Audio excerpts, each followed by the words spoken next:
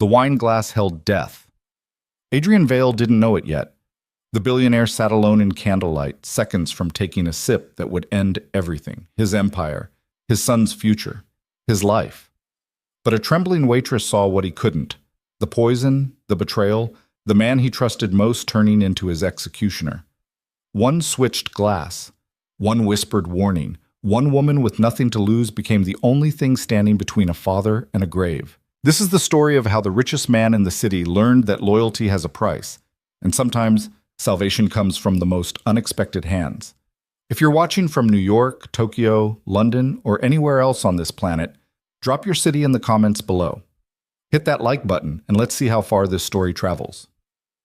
Now, let's begin. The reservation book at Luminaire called it the Vale Table. Corner position, third floor, floor-to-ceiling windows overlooking a city that never quite decided whether it wanted to sleep or keep burning money. Adrian Vale sat there most Thursday nights when the merger talks ran late, when the lawyers needed one more signature, when Victor Hale insisted they celebrate progress with wine that cost more than most people's rent. Tonight was supposed to be simple: sign the papers, shake hands, go home to Max. Adrian checked his watch, 8:47 p.m. Victor was late, which wasn't unusual. The man treated punctuality like a suggestion, not a requirement.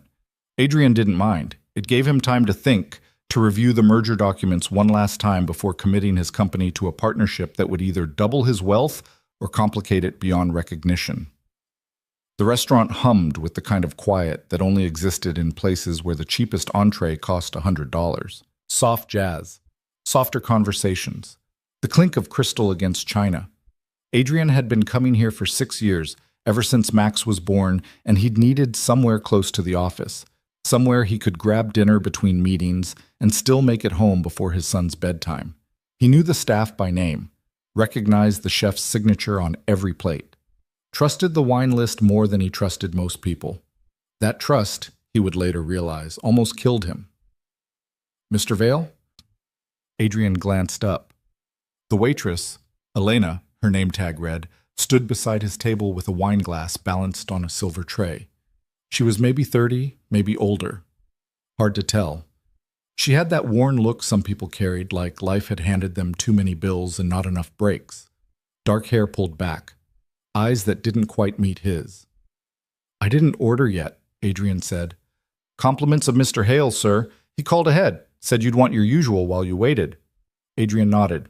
That sounded like Victor, always a step ahead, always managing details before Adrian thought to ask. It was why their partnership worked.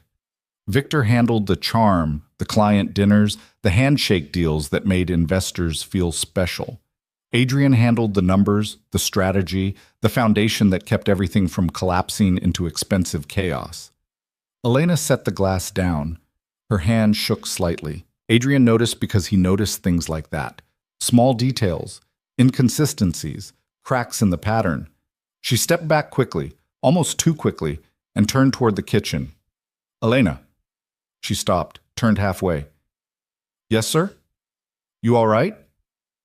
"Fine, Mr. Vale, just busy night." She left before he could respond. Adrian watched her go, frowning. Something off in her movement, something tight in her shoulders. But then his phone buzzed, message from Victor. "Stuck in traffic, 15 minutes. Start without me."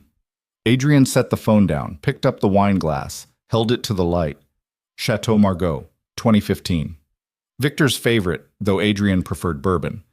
Still, it was a gesture, a tradition. They toasted with this same vintage the night they first discussed merging their companies, back when it was just an idea scribbled on a napkin at this exact table. He brought the glass to his lips. "Mr. Vale." Elena was back, breathing hard like she'd run from the kitchen. She reached for his glass before he could drink. "I'm sorry, wrong vintage. Chef's mistake. Let me—" She grabbed the glass. Wine sloshed slightly. Adrian pulled back, confused. "It's fine, Elena. Really." "No, sir. Please. It's the 2014, not the 2015. Mr. Hale specifically requested, I can't tell the difference." "But he can." Her voice cracked slightly. "He'll notice. Please, just let me bring the right one." She didn't wait for permission.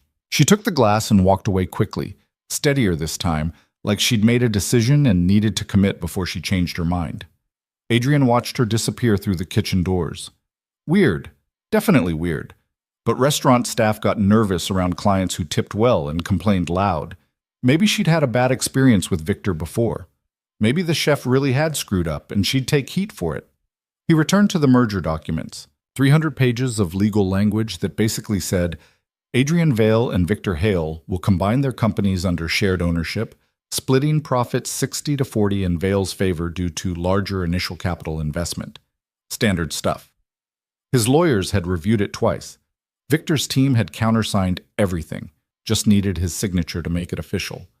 Elena returned with another glass, set it down carefully. This time her hands were steady. The 2015, Mr. Vale. Thank you. She nodded, started to leave, stopped, turned back, leaned in slightly, voice dropping to something just above a whisper. Be careful. Then she was gone again, weaving through tables toward the bar where another customer flagged her down. Adrian stared at the glass. Be careful. What the hell did that mean? Careful of what? The wine? Victor? The merger? He didn't drink it, not yet.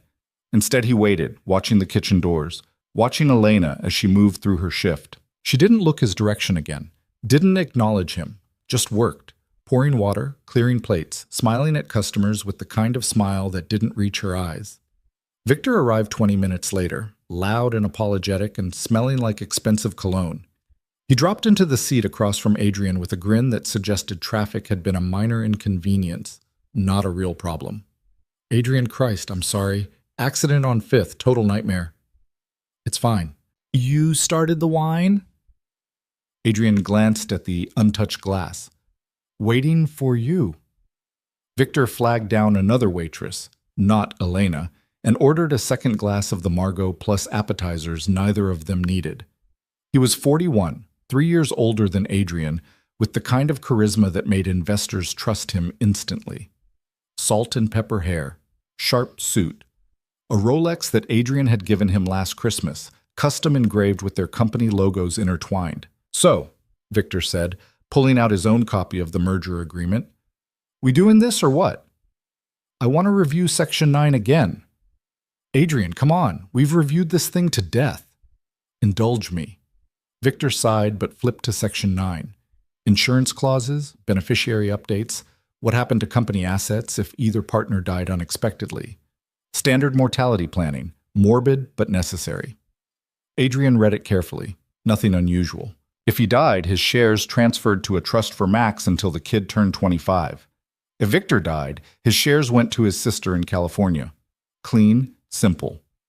Satisfied? Victor asked. Yeah. Then sign the damn thing so we can celebrate. Adrian picked up his pen, hesitated, looked at the wine glass again. Be careful. What's wrong? Victor asked. Nothing, just thinking about Max, making sure this is the right move. It's the right move. Your kid's going to inherit an empire, not just a company. That's what this is about, Adrian. Legacy. Legacy. Right, that's what Victor always said. Build something bigger than yourself. Leave something behind that mattered. Adrian signed. Victor grinned, grabbed his wine glass, raised it high. To the future. Adrian lifted his own glass, paused, sniffed it, looked at Victor. What? Victor said. Nothing. They drank. Victor in one smooth swallow, Adrian in a small sip that barely touched his tongue. The wine tasted fine. Normal. Maybe a little bitter, but wine was supposed to be bitter. Dinner arrived. They ate. They talked. Victor outlined expansion plans. New offices in Chicago, maybe London, definitely Singapore. Adrian half listened, nodding in the right places, but his attention kept drifting to Elena, who was clearing a table near the windows and very deliberately not looking his direction. Be careful. By the time dessert arrived, creme brulee that Victor insisted they share, Adrian felt fine. No dizziness, no nausea, no signs of poison or sabotage or whatever paranoid scenario his brain had been building. Maybe Elena was just nervous. Maybe he'd misread everything. Victor paid the bill with his corporate card, left a generous tip, and walked Adrian to the parking garage. They shook hands under fluorescent lights that buzzed slightly, and Victor clapped him on the shoulder like they were brothers, not business partners. "Get home safe," Victor said. "Hug that kid for me." "Will do." Adrian drove home in silence, replaying the evening in his head. The switched glass, the warning, the merger. By the time he pulled into his driveway, a modest place by Billionaire standards, just 4 bedrooms and a yard where Max could play, he'd almost convinced himself it was nothing. Inside, the nanny was watching TV in the living room. She stood when Adrian entered. "He's asleep," she said. "Went down around 8:30. Any trouble?" "None. He asked about you twice, but I told him you'd see him in the morning." Adrian paid her, locked the door behind her, and climbed the stairs to Max's room. The kid was 6 years old, small for his age, curled under a dinosaur comforter with one arm wrapped around a stuffed elephant. Adrian stood in the doorway watching him breathe, feeling that familiar tightness in his chest that came from loving something so much it scared him. Max's mother had died in childbirth. Complications the doctor said they couldn't predict. One minute Adrian was holding her hand, the next he was holding his son and signing papers that said he was a single father with no idea what he was doing. 6 years later, he still didn't know. But he tried. He worked from home when he could, he made breakfast, he attended school events. He built a company not because he loved money, but because Max deserved security, stability, a future where he didn't have to worry about anything except being a kid. That's what the merger was supposed to protect. That's what Victor had promised. Adrian kissed Max's forehead and went to his own room. Exhaustion hit him like a wave. He stripped to his boxers, collapsed into bed, and was asleep before his head fully settled into the pillow. The next morning, Adrian woke to sunlight slicing through curtains he'd forgotten to close. His phone said 7:14 a.m. He had a meeting at 9, needed a shower, needed coffee, needed to function.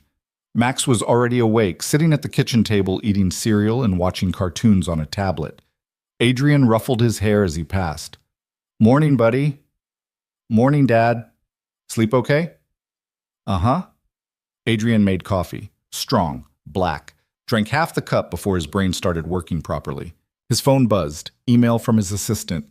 Reminder, 9 a.m. staff meeting. Also, someone named Elena Brooks is in the lobby asking to see you. No appointment. Should I send her away? Adrian stopped mid-sip. "Elena." "The waitress." He typed back, "Give me 10 minutes, then send her up." He showered quickly, dressed in a suit that cost more than Elena probably made in a month, and kissed Max goodbye before heading to the office. The building was downtown, 23 floors of glass and steel, with his company's name etched across the top, Vale Industries. Elena was waiting in the lobby, looking even more out of place than she had at the restaurant. She wore jeans and a jacket that had seen better years, and she stood near the elevators like she wasn't sure she was allowed to be there. Adrian's assistant, Diane, efficient and unflappable, gave him a questioning look as he approached. "It's fine," Adrian said. "I'll handle it." He led Elena to his office, 20th floor, corner view, the kind of space that usually made people nervous. She sat in one of the leather chairs across from his desk and folded her hands in her lap like she was waiting for bad news. Adrian sat down, studied her. "You came all the way here to tell me about a wine vintage?" "No." "Then what?" She took a breath, let it out slowly. "I saw someone put something in your drink." The room went very quiet. "What?" Adrian said.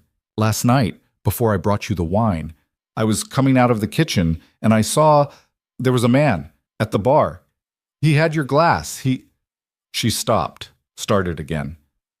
"He dropped something into it, something small, like a pill maybe, or powder, I don't know.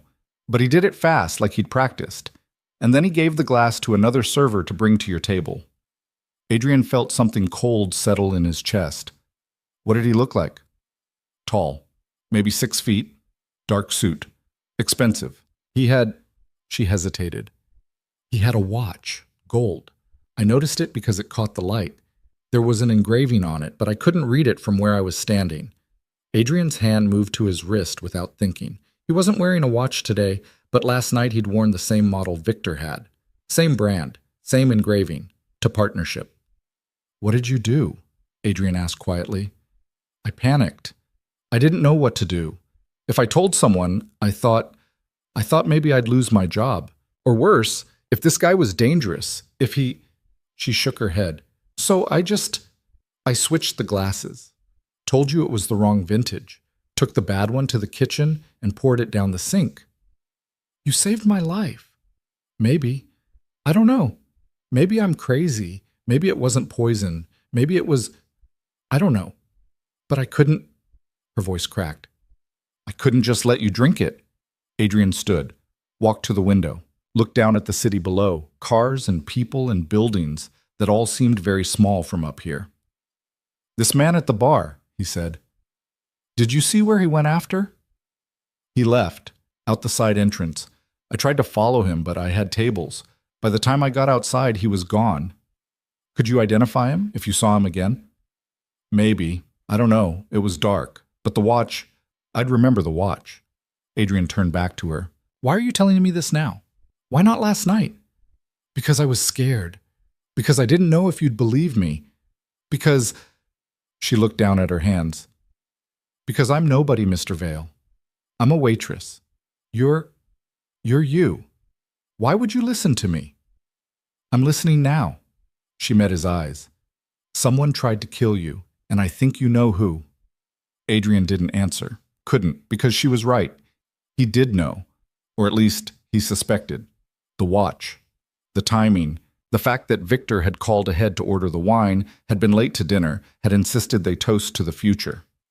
Victor, his partner, his friend, the man he'd trusted with half his company. I need to make some calls, Adrian said. Can you stay in the city for a few days? I have work.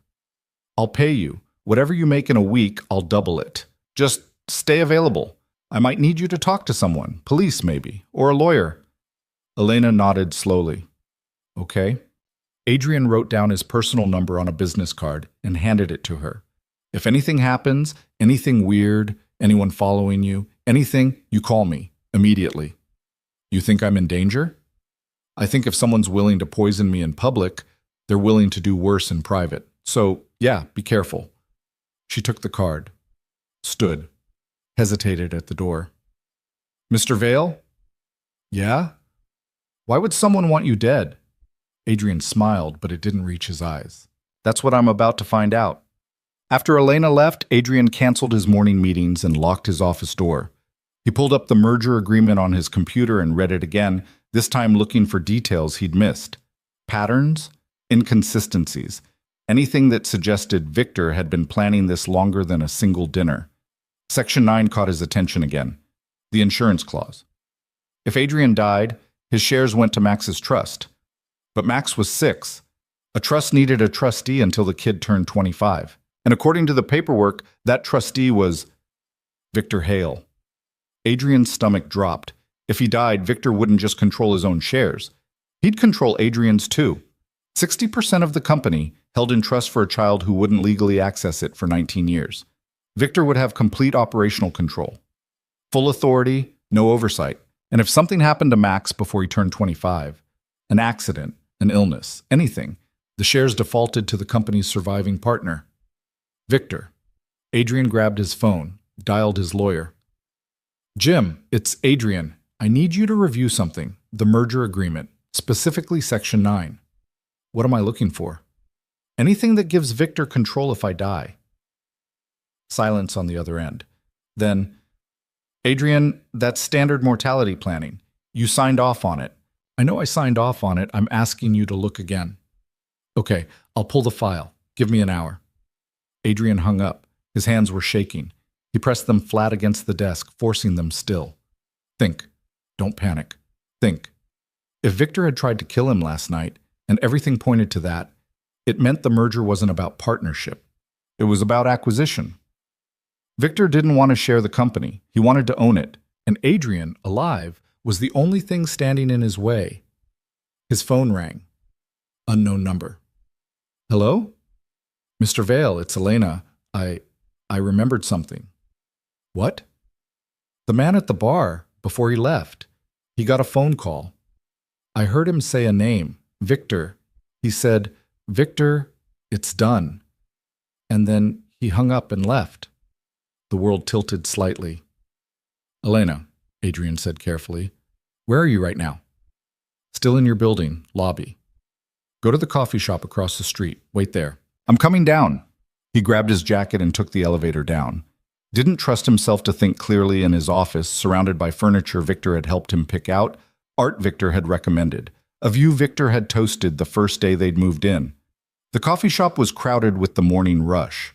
Elena sat in the back corner, hands wrapped around a cup she hadn't touched. Adrian slid into the seat across from her. Tell me exactly what you heard, he said. She repeated it, word for word. Victor, it's done. Did he say anything else? No, just that. And then he left. Adrian leaned back, closed his eyes, tried to think past the rage building in his chest. Victor had tried to kill him, had hired someone, or convinced someone to poison him in public, at a restaurant where Adrian felt safe, during a dinner meant to celebrate their partnership.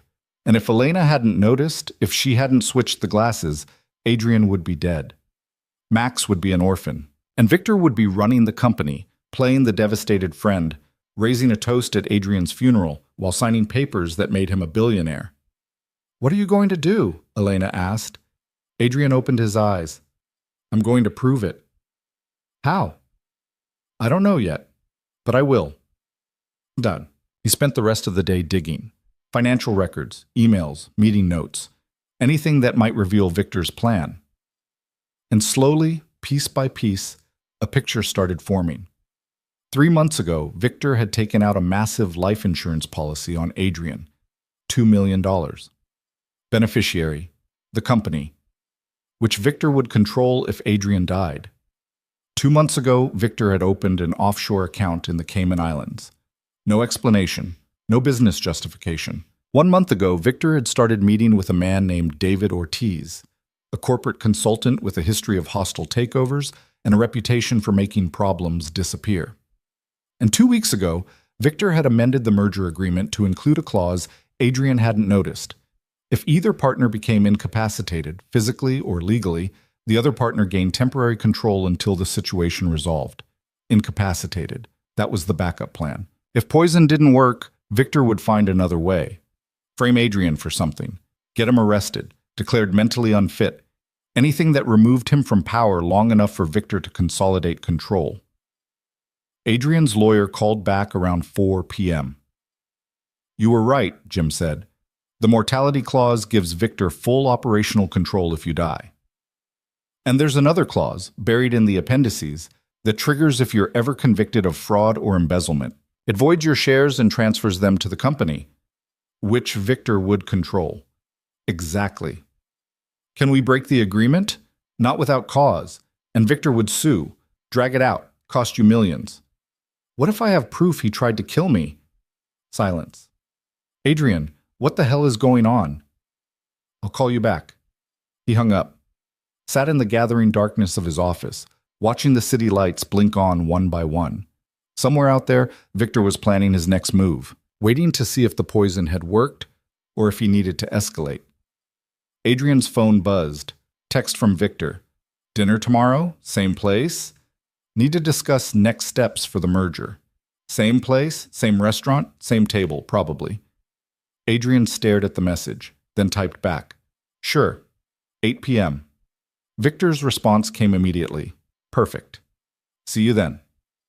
Adrian set his phone down, looked at the merger agreement still open on his computer screen. Then he called his head of security, a former cop named Marcus who'd worked for him for 3 years and didn't ask stupid questions. Marcus, I need a favor, and I need it to stay quiet. What kind of favor? The kind that might save my life. That night, Adrian went home to Max and tried to pretend everything was normal. They ate pizza. They watched a movie. They argued about bedtime until Max finally fell asleep on the couch, and Adrian carried him upstairs, tucking him in like he'd done 1,000 times before. But this time, standing in the doorway watching his son sleep, Adrian felt the weight of it. If Victor succeeded, if the poison had worked, or if the next attempt did, Max would grow up without him, would inherit a company controlled by the man who'd killed his father, would never know the truth. That wasn't going to happen. Adrian went to his bedroom and pulled a locked box from the top shelf of his closet. Inside was a handgun he'd bought years ago and never fired. He checked the chamber, loaded. He put it back in the box and locked it again. He wasn't going to shoot Victor. That was insane. But knowing it was there, knowing he had options, made him feel slightly less helpless. His phone buzzed. Text from Elena. "Are you okay?" He typed back, "Yeah, you?" "Scared." "Me too." "What happens now?" Adrian stared at the question, then typed, "Tomorrow night, I find out how far he's willing to go." He didn't sleep that night, just lay in bed staring at the ceiling, running through scenarios. What he'd say, what Victor might do, how to stay alive long enough to prove what had happened. By the time the sun came up, he had a plan. It wasn't a good plan, but it was the only one he had. And tomorrow night at Luminaire, sitting across from the man who'd tried to kill him, Adrian Vale would either expose the truth or become its next victim. The Friday morning staff meeting felt like theater. Adrian sat at the head of the conference table, nodding at quarterly reports and expansion projections while his mind ran different calculations entirely.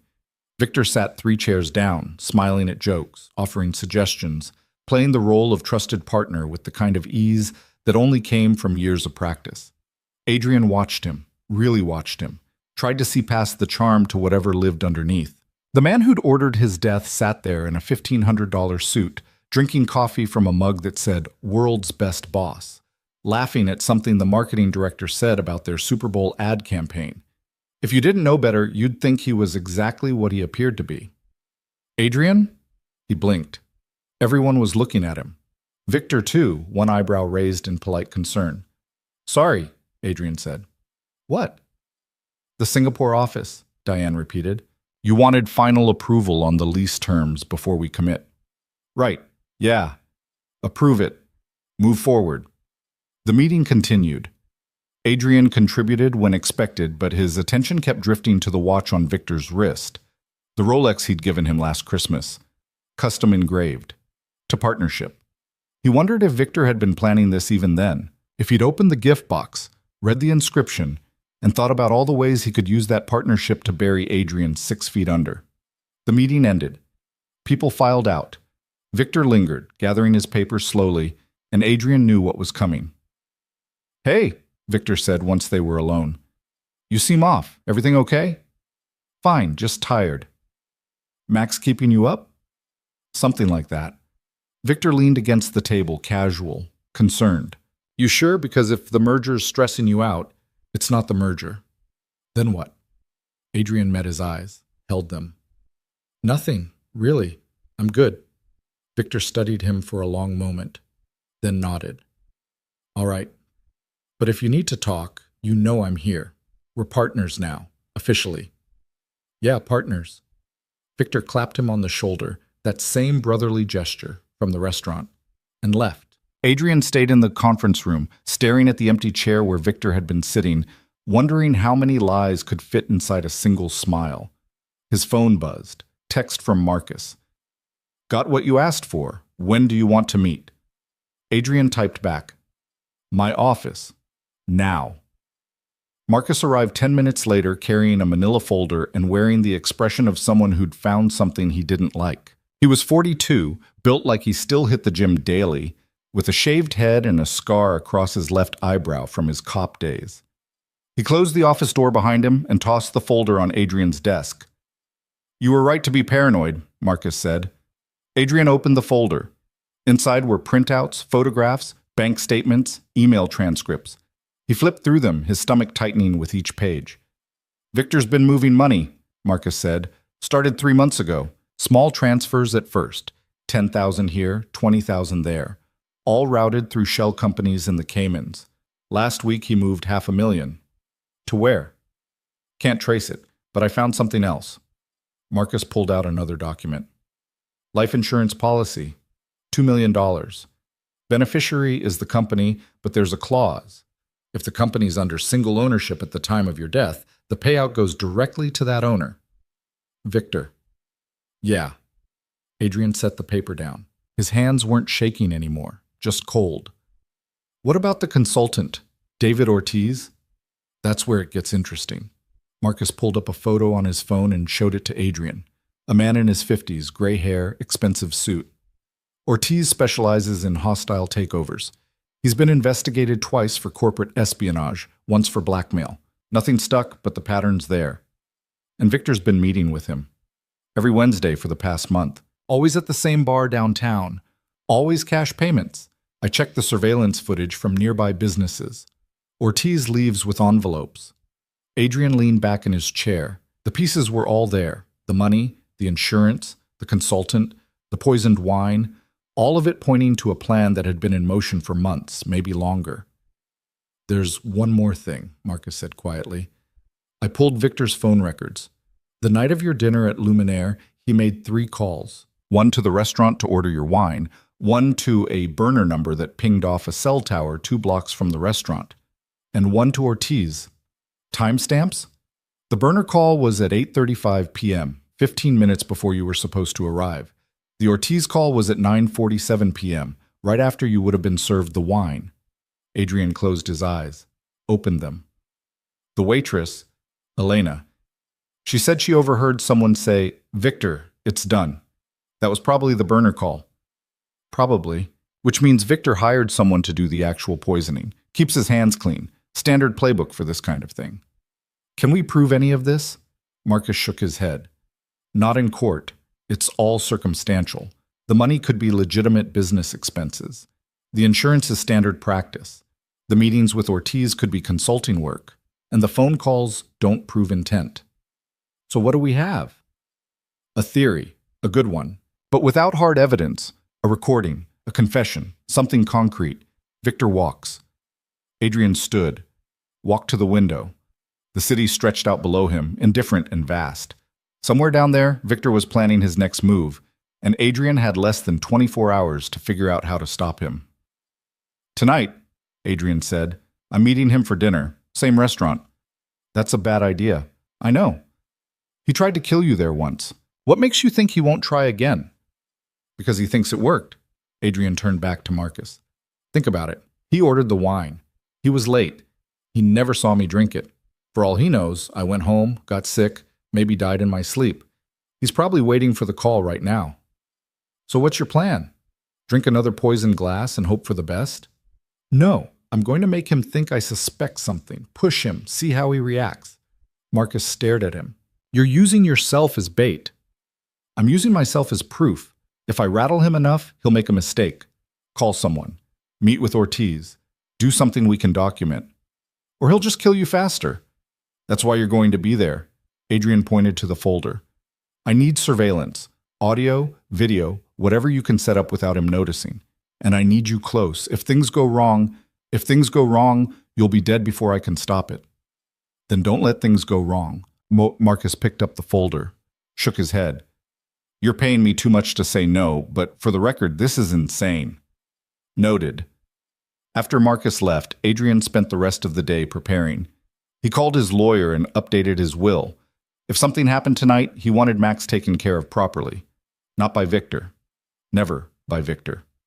He named his sister in Boston as Max's guardian and trustee of the estate until Max turned 18. Then he called his sister. "Adrian? It's 10 a.m. on a Friday. Why are you calling me?" "Just checking in." "You never just check in. What's wrong?" He hesitated. Sarah was 3 years younger, a high school teacher with 2 kids and a husband who coached Little League. She lived a normal life. Safe, boring. The kind of life Adrian had stopped being able to imagine after Max was born, and the company became his entire world. "If something happens to me," Adrian said carefully, "I need you to take care of Max." Silence. Then, "What do you mean, if something happens to you?" "Just hypothetically." "Adrian, I updated my will. You're listed as his guardian. I wanted you to know." "You're scaring me." "Don't be scared. It's just paperwork, precaution." "Bullshit. Tell me what's going on." He wanted to tell her everything. The poisoned wine, the betrayal, the merger that was really a trap. But if he told her, she'd worry. Or worse, she'd try to stop him. Call the police, make noise. And noise would tip Victor off. "I can't," Adrian said. "Not yet. But if anything happens, nothing's going to happen."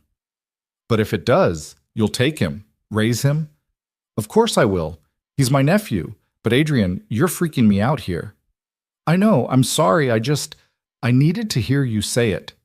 He hung up before she could ask more questions. Then he sat at his desk and wrote a letter to Max.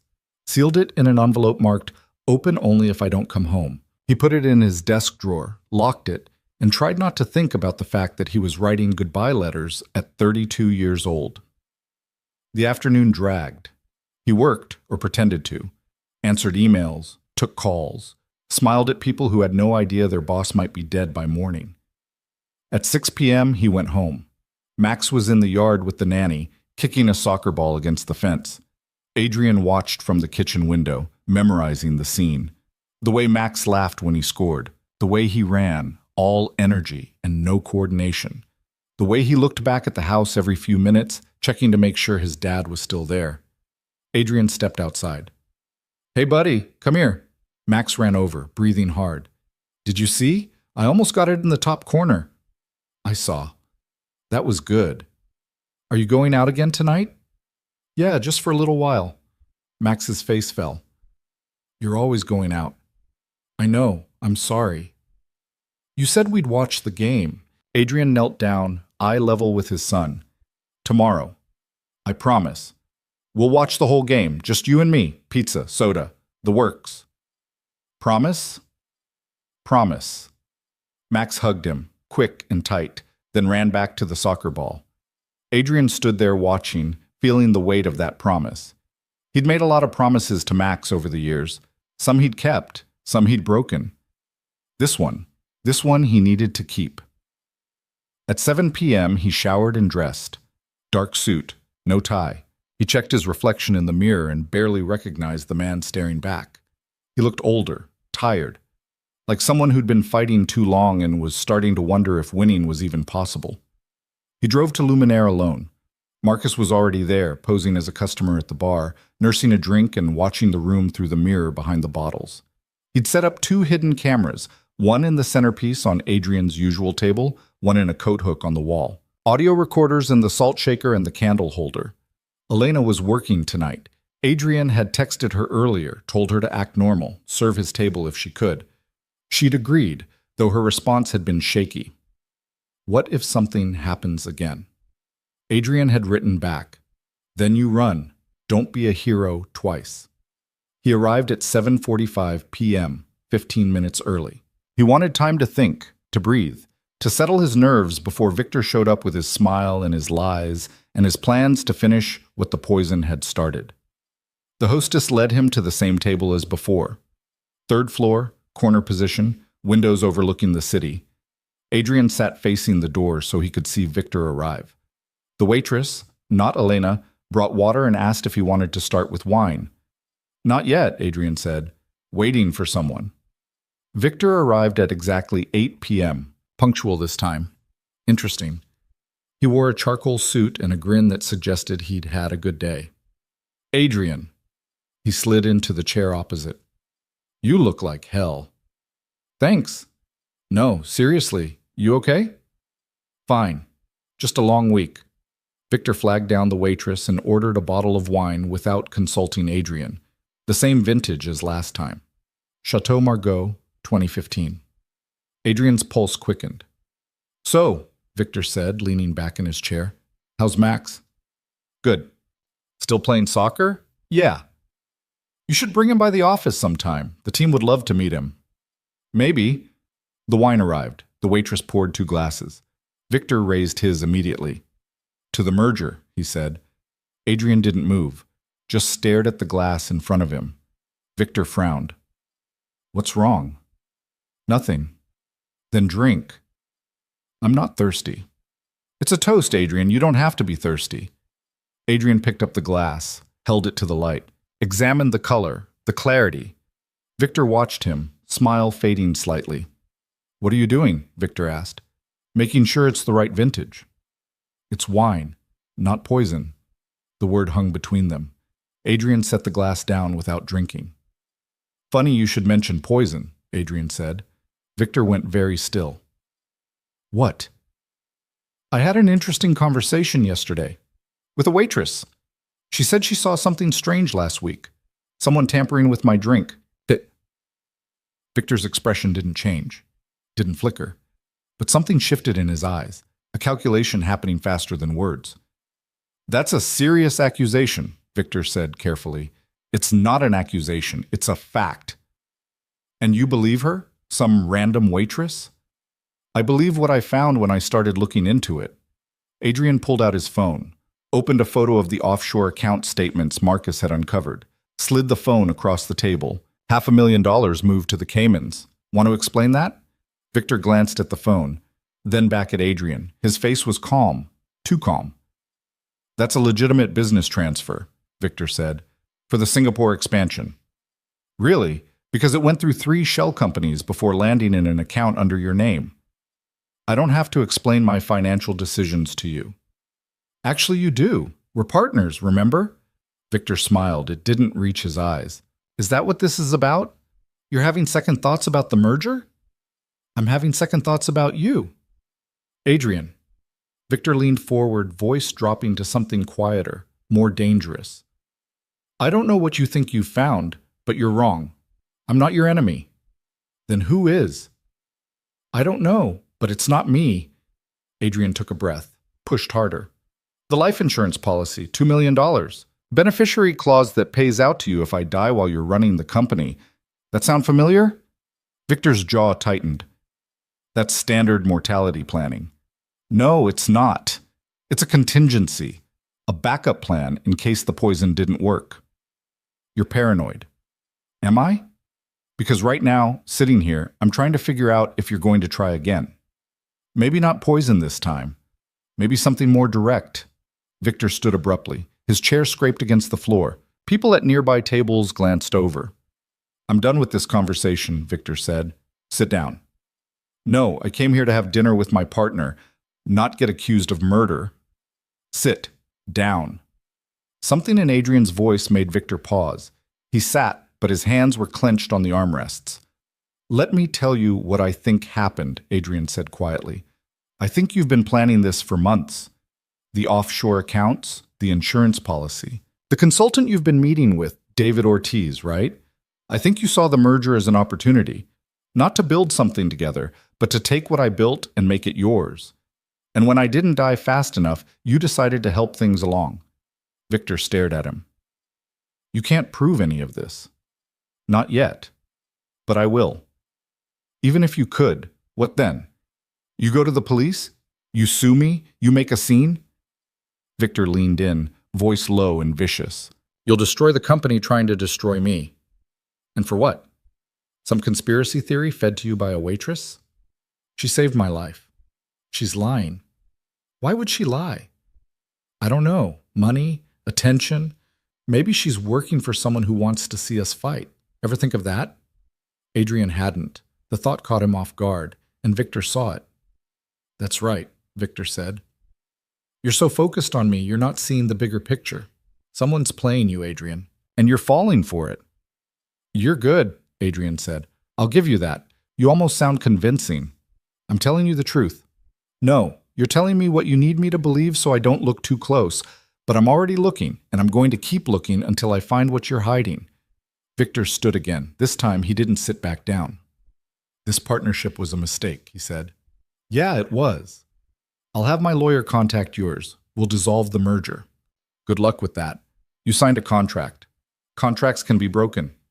Not without cause, and not without a fight.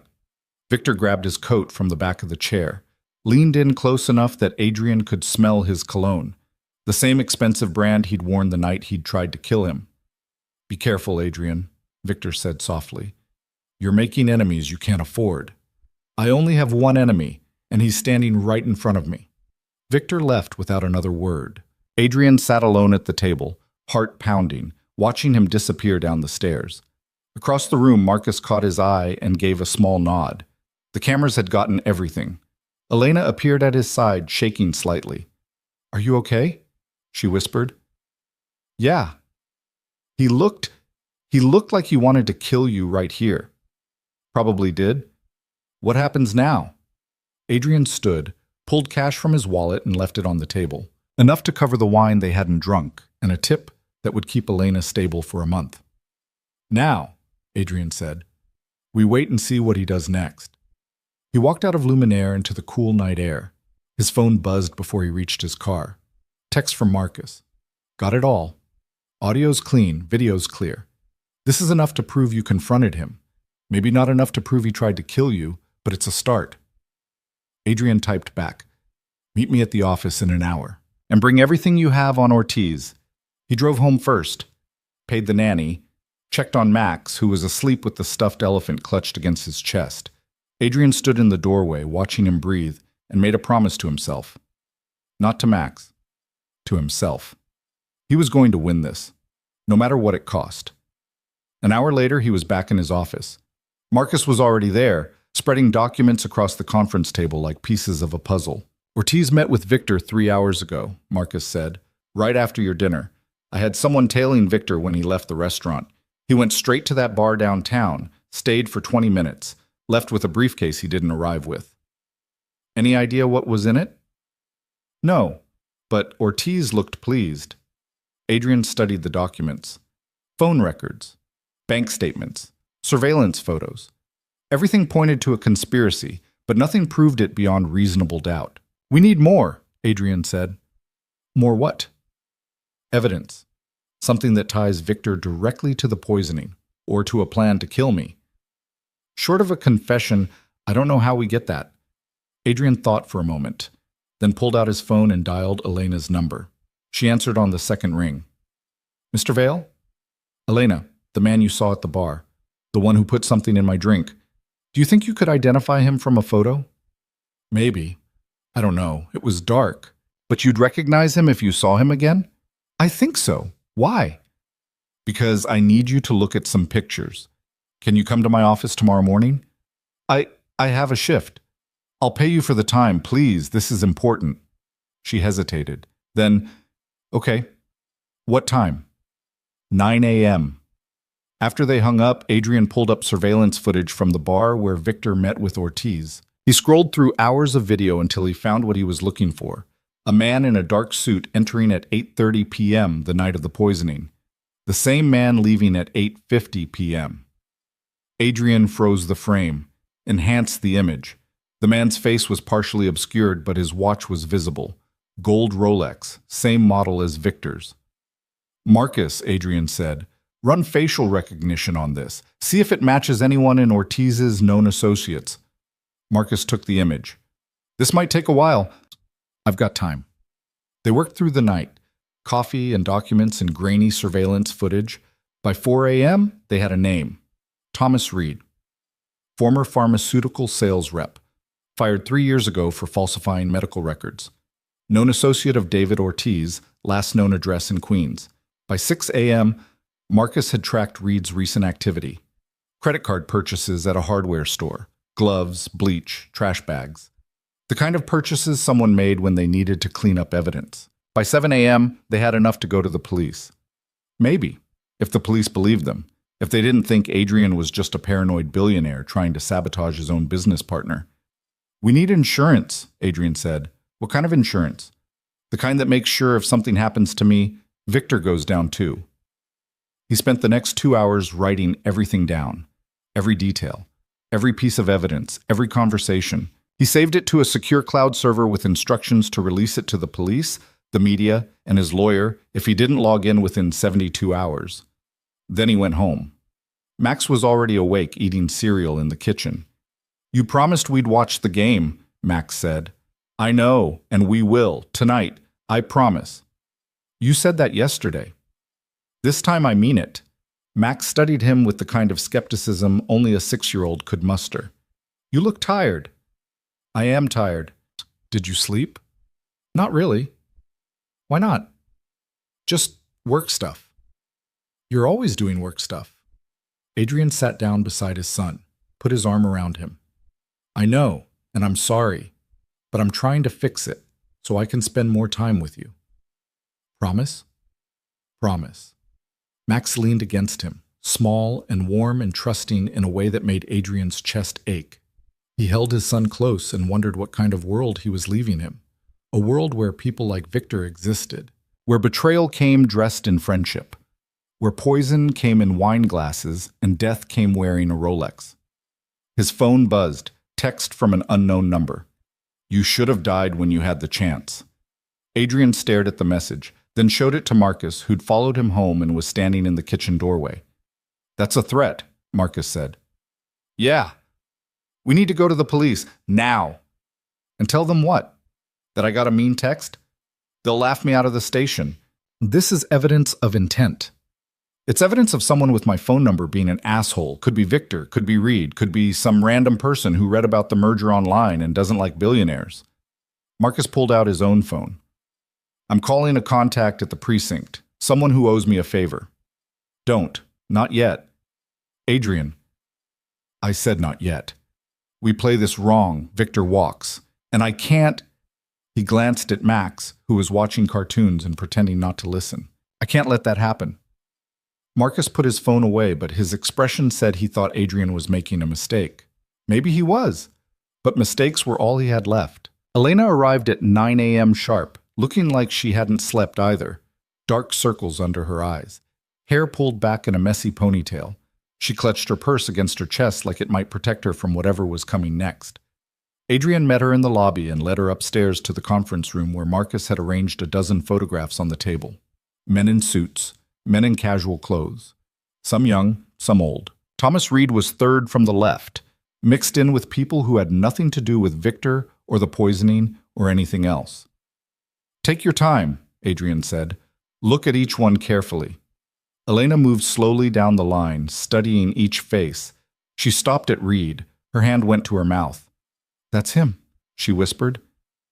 You're sure? Yes. I remember the jaw and the eyes. He looked angry, like he was doing something he didn't want to do but had to anyway. Marcus stepped forward. Would you be willing to testify to that? In court, if it comes to it? Elena looked at Adrian. Will I be safe? I'll make sure of it, Adrian said, though he wasn't sure he could promise that. Wasn't sure he could keep anyone safe, including himself. She nodded slowly. Then, yes, I'll testify. After Elena left, Adrian and Marcus spent another hour going through Reed's background. The pharmaceutical connection was interesting. Reed had access to drugs, knowledge of dosages, the kind of expertise you'd need to poison someone without it being immediately obvious. We need to find him, Adrian said. Get him to talk. That's police work, not ours. The police will take weeks. I don't have weeks. Victor's planning something. I can feel it.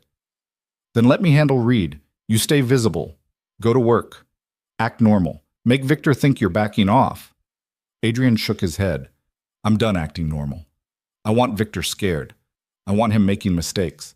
He's already making mistakes. The threat text. Meeting with Ortiz right after your confrontation. These are panic moves. Good. Let him panic. Marcus gathered the photographs.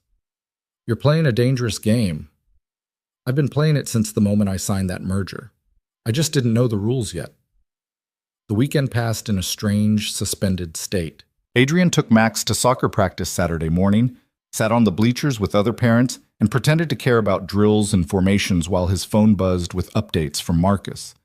Reed's apartment was empty. His car hadn't moved in 3 days. His credit cards hadn't been used since Thursday. Either Reed was hiding or someone had made sure he couldn't talk. Sunday morning, Adrian kept his promise. He and Max watched the entire football game, ate pizza, drank soda, acted like everything was fine. Max scored imaginary touchdowns during commercial breaks, and Adrian cheered like his life depended on it. Maybe it did. Maybe if he could hold on to these moments, these normal, boring, beautiful moments, he could survive whatever was coming. That night, after Max went to bed, Adrian sat in his home office and went through the merger agreement one more time. He'd read it a dozen times already, but he kept looking for something he'd missed. Some clause, some loophole, some way to break the contract without destroying everything. His phone rang. Unknown number again. He almost didn't answer, then did. Hello? Adrian Vale? The voice was unfamiliar, male, nervous. Who is this? My name's Thomas Reed. I think we need to talk. Adrian's pulse spiked. He put the phone on speaker and waved at Marcus, who was sitting across the room reviewing security footage. I'm listening, Adrian said. Not on the phone, in person. Tomorrow, noon. There's a park near the river, Riverside Park by the old pier. You know it? I can find it. Come alone. If I see anyone else, I'm gone. How do I know this isn't a trap? Reed laughed, but it sounded broken. If I wanted you dead, Mr. Vale, you'd already be dead. I'm the guy who put the poison in your wine, remember? The line went dead. Adrian stared at the phone. Marcus was already on his feet. That's a trap, Marcus said. Probably. You're not going. I have to. No, you don't. We call the police. Tell them Reed reached out. Let them handle it. And what if he runs before they get there? What if he's the only person who can tie Victor to the poisoning and he disappears? Then we find another way. There is no other way. Adrian stood. Reed called me. Not the police. Not a lawyer. Me. That means he wants something. And whatever it is, I need to hear it. I'm coming with you. He said alone. I don't care what he said. I'm not letting you walk into a park to meet with the guy who tried to kill you without backup. They argued for another 10 minutes before reaching a compromise. Marcus would come, but stay out of sight, far enough away that Reed wouldn't see him, close enough to intervene if things went wrong. Adrian didn't love the plan, but it was better than going alone. Monday morning arrived cold and gray. Adrian dropped Max at school, kissed him goodbye, and watched him run toward the building with his backpack bouncing against his shoulders. He wanted to call him back, hold him, tell him everything. But Max was 6. He didn't need to know his father was meeting with someone who'd tried to murder him. Riverside Park was empty when Adrian arrived. Just dead grass and bare trees and the kind of cold that made you question why anyone lived this far north. The old pier stretched out into water that looked too dirty to support life. Reed was standing at the end of it, hands in his pockets, staring at the river like he was trying to decide whether to jump. Adrian approached slowly. Reed heard him coming. The pier creaked with every step, but didn't turn around. You came, Reed said. You asked. I wasn't sure you would.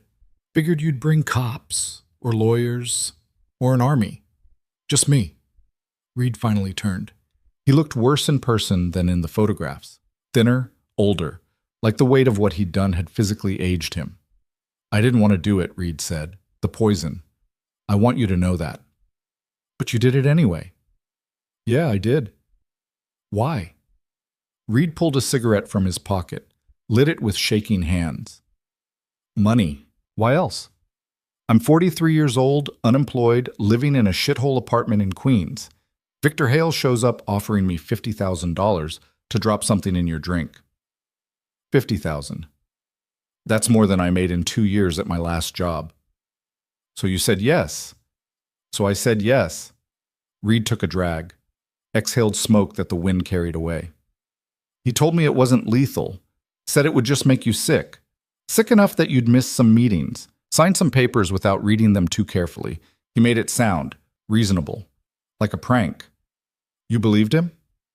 I wanted to believe him. There's a difference. Adrian moved closer. What was in the vial? I don't know. Victor gave it to me in a sealed container, said it was tasteless, odorless, would dissolve in alcohol. I didn't ask questions. Where's the vial now? Gone. I threw it in the river right after I left the restaurant. Convenient. Smart. I'm not stupid, Mr. Vale. I knew if you died, if they did an autopsy and found something, they'd trace it back to me eventually. Destroying evidence was the only play I had. Then why call me now? Why not just disappear? Reed flicked ash into the water. Because Victor's trying to kill me too. The words hung between them. Explain, Adrian said. Saturday morning, I get a call from David Ortiz. You know who that is? Yeah.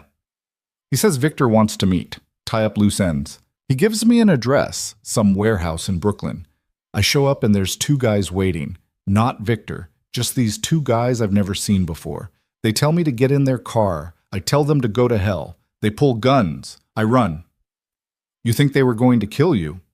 I know they were going to kill me. I saw it in their eyes. Same look Victor had when he handed me that vial. Like I was already dead, just didn't know it yet. Adrian believed him.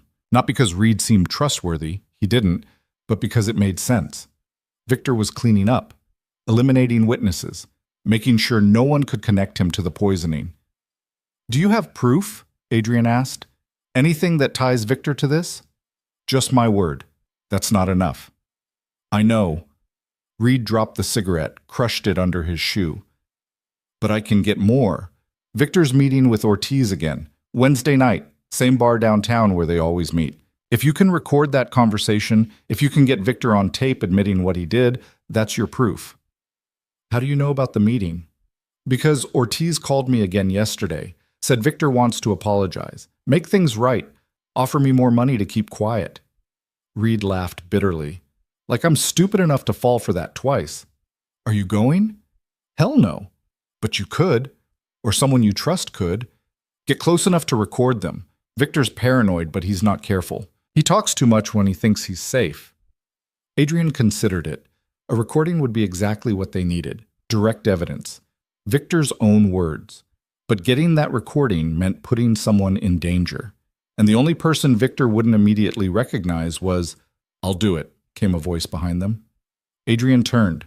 Elena was walking down the pier, her jacket pulled tight against the cold. Marcus was behind her, looking furious. "She followed us," Marcus said. "I tried to stop her." "I want to help," Elena said, looking at Adrian. "You said I'd be safe, but I won't be safe until Victor's in prison.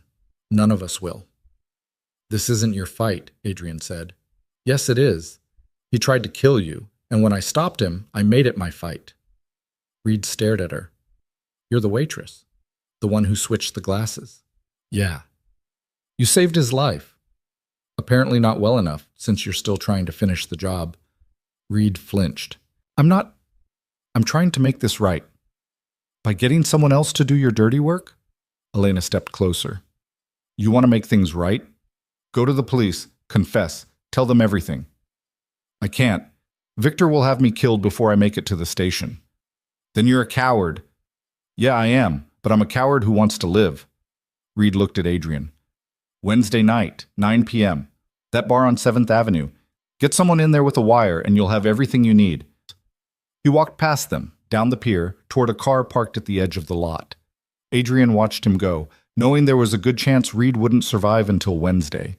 Victor was thorough. He wouldn't leave loose ends untied. "We're not sending Elena in there," Marcus said once Reed was gone. "I'm standing right here," Elena said, "and I can make my own decisions. It's too dangerous. Everything about this is dangerous. At least this way I'm doing something." Adrian looked at her. Really looked at her. She was scared. He could see it in the way she held herself, the tension in her shoulders.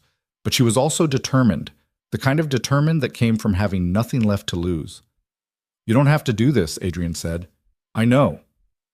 If you get caught, if Victor figures out you're recording him, then I'll deal with it.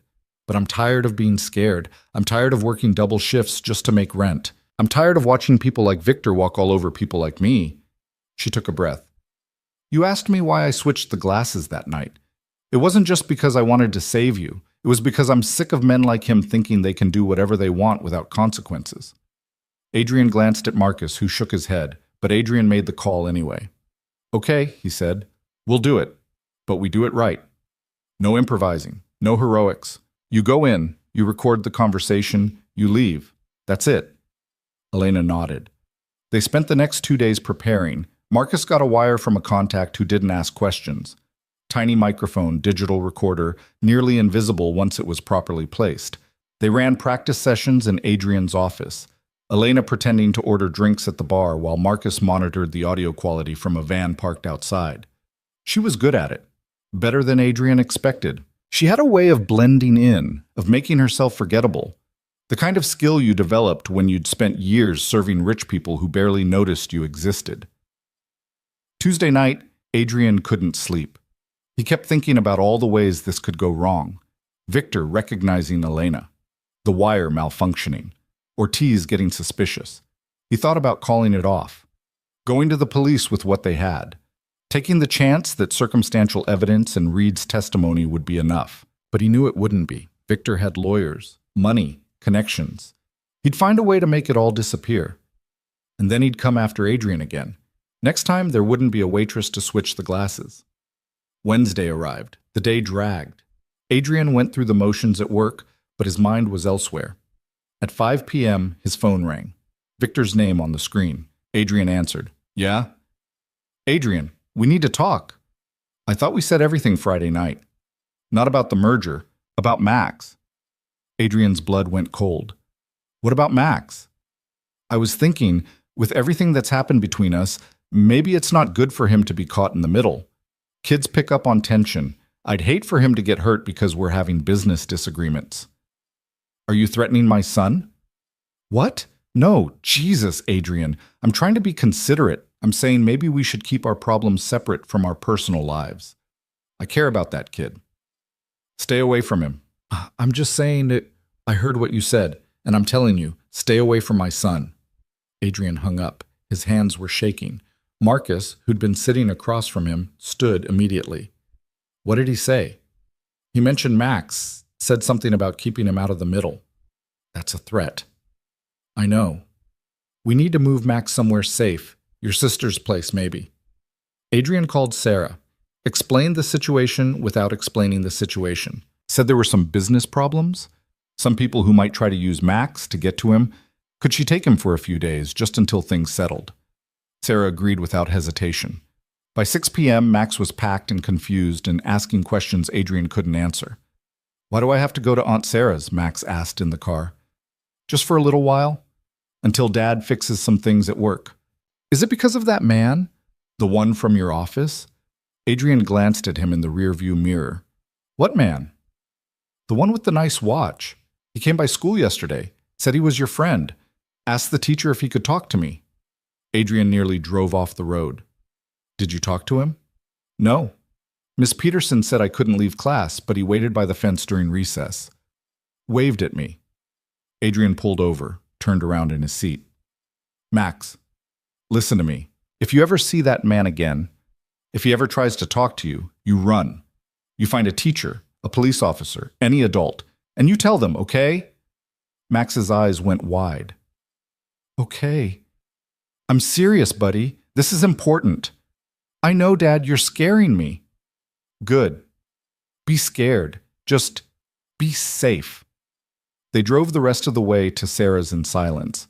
Adrian walked Max to the door, hugged him tight, and told Sarah to keep the doors locked and call him if anyone suspicious came around. Adrian, what's going on? Sarah asked. I'll explain later. Just keep him safe. Back in the car, Adrian called Marcus. Victor approached my son's school yesterday. What? Max said he was waiting by the fence, tried to talk to him. That's it. I'm calling the police. Not yet. Not until after tonight. If we spook Victor now, he'll run. Cancel the meeting. We'll lose our shot. Your kid's safety is more important than a recording. My kid's safe. He's with Sarah, and Victor doesn't know that. He thinks Max is still home, still vulnerable. That gives us an advantage. Marcus didn't look convinced, but he didn't argue. At 8 p.m., they met Elena in a parking garage 2 blocks from the bar. Marcus fitted her with the wire, running the microphone up under her shirt, taping it carefully so it wouldn't shift or make noise. The recorder went in her jacket pocket, disguised to look like a phone. Remember, Marcus said, you're just a customer. You order a drink. You sit at the bar. If Victor and Ortiz are there, you listen. That's it. Don't engage. Don't draw attention. Just listen and record. Elena nodded. She looked pale, but steady. What if they're not there? She asked. Then you finish your drink and leave. We'll figure out another approach. And if they recognize me? They won't. Victor's only seen you once in dim lighting while you were working. You're in different clothes now, different hair. You'll be fine. You keep saying that. Because it's true. Adrian put a hand on her shoulder. You don't have to do this. Yes, I do. Why? She looked at him. Because someone has to. They walked her to the bar entrance. She went in alone. Adrian and Marcus returned to the van, parked across the street with a clear view of the door. Marcus pulled up the audio feed. Static for a moment, then the sounds of the bar. Music, conversation, the clink of glasses. Elena's voice steady and clear. Whiskey. Neat. They waited. 9 p.m. came and went. No Victor, no Ortiz. Just Elena sitting at the bar, nursing her drink, pretending to check her phone. At 9:17 p.m., the door opened. Adrian recognized Victor immediately. Even on the grainy security feed Marcus had tapped into, he was unmistakable. Ortiz followed him. They took a table in the back corner. ordered drinks. Elena didn't move, just sat there, 20 feet away, the microphone picking up fragments of conversation over the ambient noise. Marcus adjusted the audio settings, filtered out background frequencies, and suddenly, Victor's voice came through clear. "Told you to handle Reed. Why is he still a problem?" Ortiz's response was quieter, harder to hear. "He ran. My guys lost him. Then find him. He knows too much." "What about the waitress, the one who switched the glasses?" "What about her?" "Reed said she saw him. If she talks, she won't. She's nobody. Who's going to believe her?" "Still, loose ends make me nervous." Victor laughed. "Everything makes you nervous. Relax. Adrian's backing off. I can feel it. He's scared." "You sure about that? He seemed pretty convinced when he confronted you." "That was adrenaline. By now he's realized he can't prove anything, and once the news breaks tomorrow, he won't have time to worry about me." "What news?" "The fraud investigation. I've been feeding the SEC information for weeks. Fake invoices, offshore transfers, all traced back to Adrian. Tomorrow morning, they're going to arrest him." Adrian's stomach dropped. "You set him up," Ortiz said. "I created reasonable doubt. When he dies, and he will die, one way or another, no one's going to ask too many questions. They'll just think the stress got to him. Guilty conscience, tragic suicide." "And the kid? What about him?" "The son. He inherits. Not if Adrian's convicted of fraud. Assets get frozen. Company goes into receivership. And guess who's positioned to buy it for pennies on the dollar?" Victor raised his glass. Ortiz clinked it with his own. In the van, Adrian couldn't breathe. "We got it," Marcus said. "Every word. This is enough. Conspiracy, attempted murder, fraud. We can take this to the police right now." But Adrian was already moving, out of the van, across the street, through the bar door. "Adrian, wait." He didn't wait. He walked straight to Victor's table. Victor saw him coming and his smile vanished. "Adrian, what?" Adrian grabbed him by the collar, pulled him halfway across the table. "You're done," Adrian said. Victor shoved him back. People were staring now. Ortiz stood, reaching for something in his jacket. "You need to leave," Victor said quietly. "Right now." "I'm not going anywhere, and neither are you." "You're making a scene." "Good. Let them watch." Ortiz pulled a gun, not large, just enough. He kept it low, pointed at Adrian's stomach where most people wouldn't see it. "Walk away," Ortiz said. Adrian looked at the gun, then at Victor. Then he did something stupid. He smiled. "You're going to shoot me here, in front of 50 witnesses?" "If I have to." "Then do it, because I'm not leaving until everyone in this room knows what you did." For a moment, no one moved. Then the bar door burst open and Marcus came through with 4 cops behind him. Real cops. Uniforms. Badges. "Nobody move!" one of them shouted. Ortiz dropped the gun. Victor sat back down slowly, hands visible on the table. The bar erupted into chaos. People shouting, pushing toward the exits, pulling out phones to record. Marcus grabbed Adrian's arm. "You said wait!" "I didn't feel like waiting." One of the cops, a detective named Morrison, who Marcus had called before they'd even left the parking garage, approached Victor's table. "Victor Hale?" "Yes. You're under arrest for conspiracy to commit murder, attempted murder, and fraud." They cuffed him right there. Read him his rights while patrons recorded on their phones, and the bartender tried unsuccessfully to restore order. Victor didn't resist, just kept his eyes on Adrian the whole time. "This won't stick," Victor said. "My lawyers will have me out by morning." "Maybe," Adrian said. "But everyone knows now. Your reputation's done. Your business is done. You're done." Victor smiled. "You think you've won, but you have no idea what's coming." They dragged him toward the door. Ortiz, too, cuffed and silent. Elena appeared at Adrian's side, breathing hard. "Are you okay?" she asked. "Yeah. You?" "I think so. I can't believe that worked." It almost didn't. Detective Morrison approached with a digital recorder.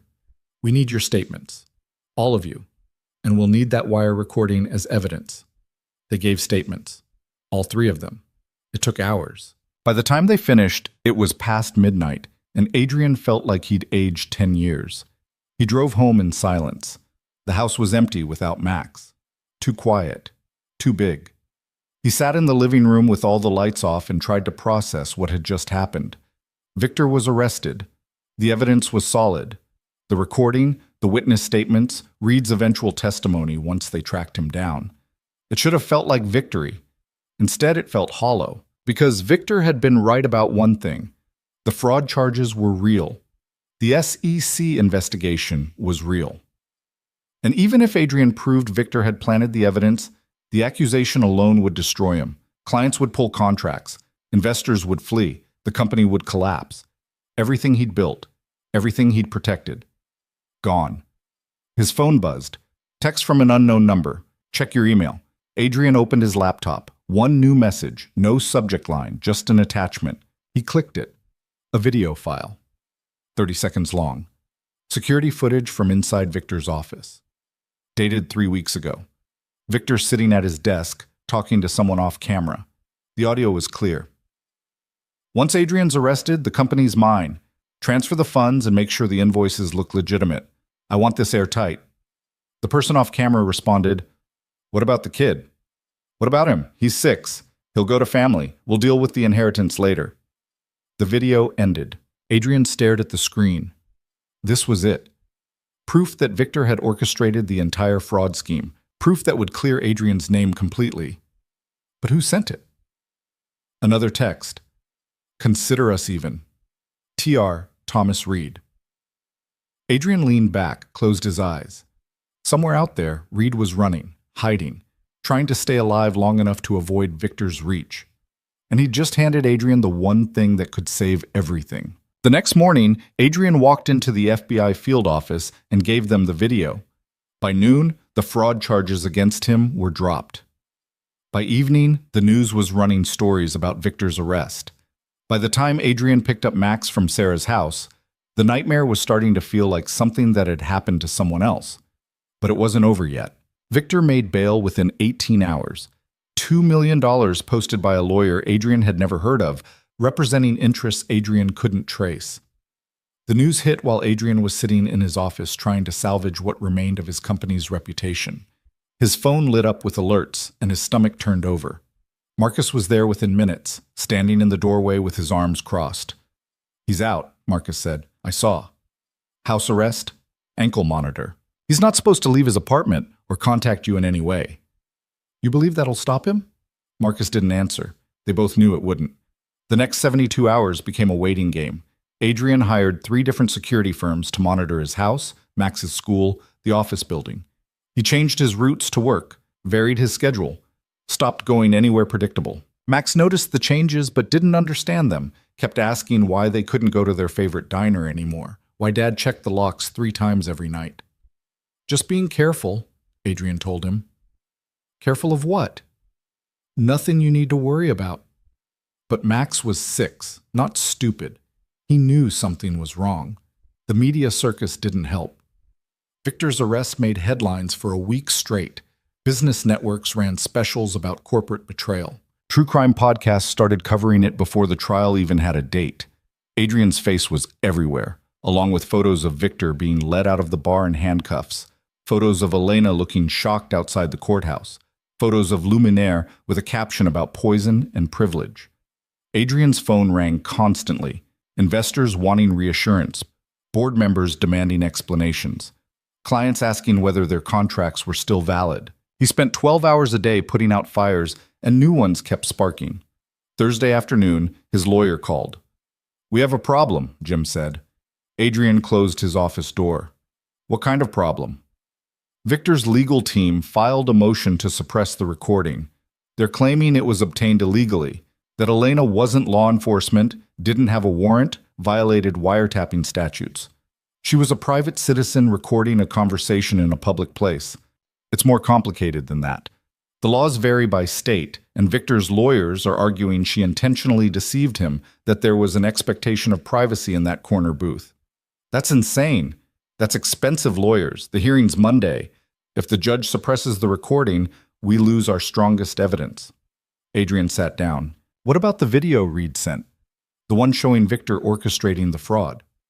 That helps with the fraud charges, but it doesn't directly tie him to the poisoning or the attempted murder. Without the bar recording, it's your word against his, and Reed's, if we ever find him. So find him. The FBI's looking, so is NYPD. He's vanished. After Jim hung up, Adrian sat in silence.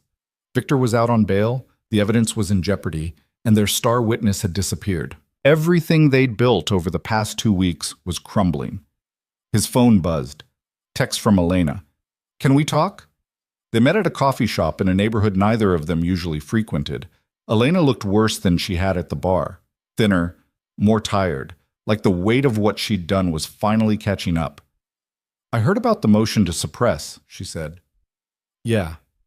If they throw out the recording, does that mean it means Victor walks on the murder charges? Maybe gets convicted for fraud, maybe not. Either way, he's back on the street in a few years. Elena stirred her coffee without drinking it. This is my fault. No, it's not. I should have let the police handle it. Should have gone through official channels. I wanted to help.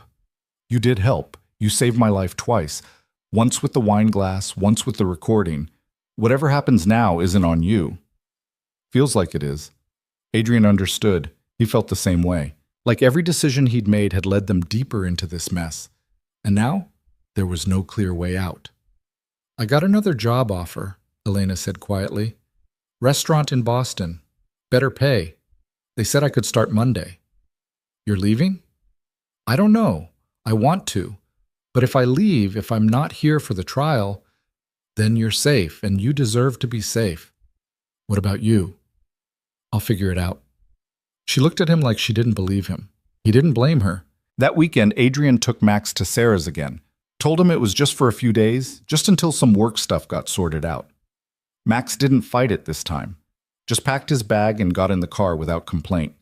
When they arrived, he hugged Adrian longer than usual.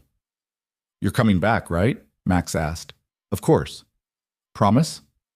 Promise. But driving away, watching Max's small figure in the rearview mirror, Adrian wondered if that was a promise he could keep. Sunday night, Marcus showed up at Adrian's house with a bottle of whiskey and a folder full of new information.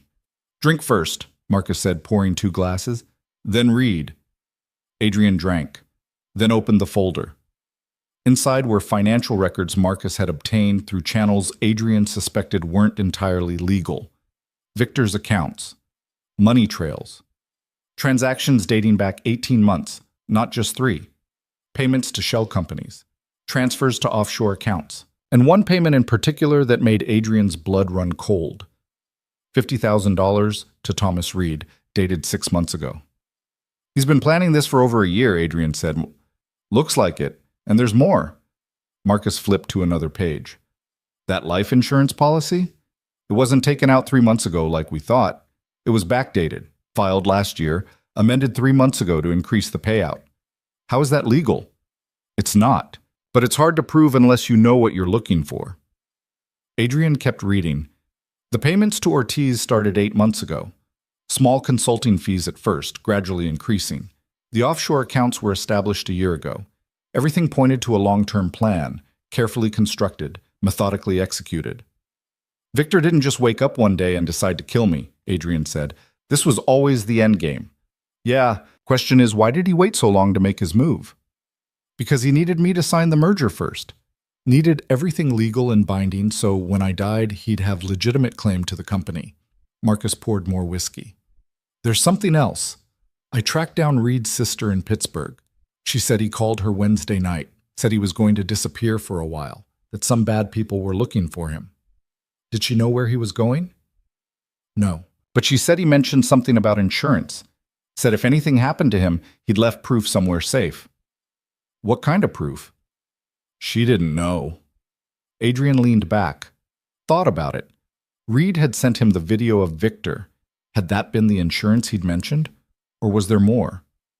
His phone rang. Unknown number. He almost ignored it, then remembered the last time an unknown number had called. Hello? Mr. Vale?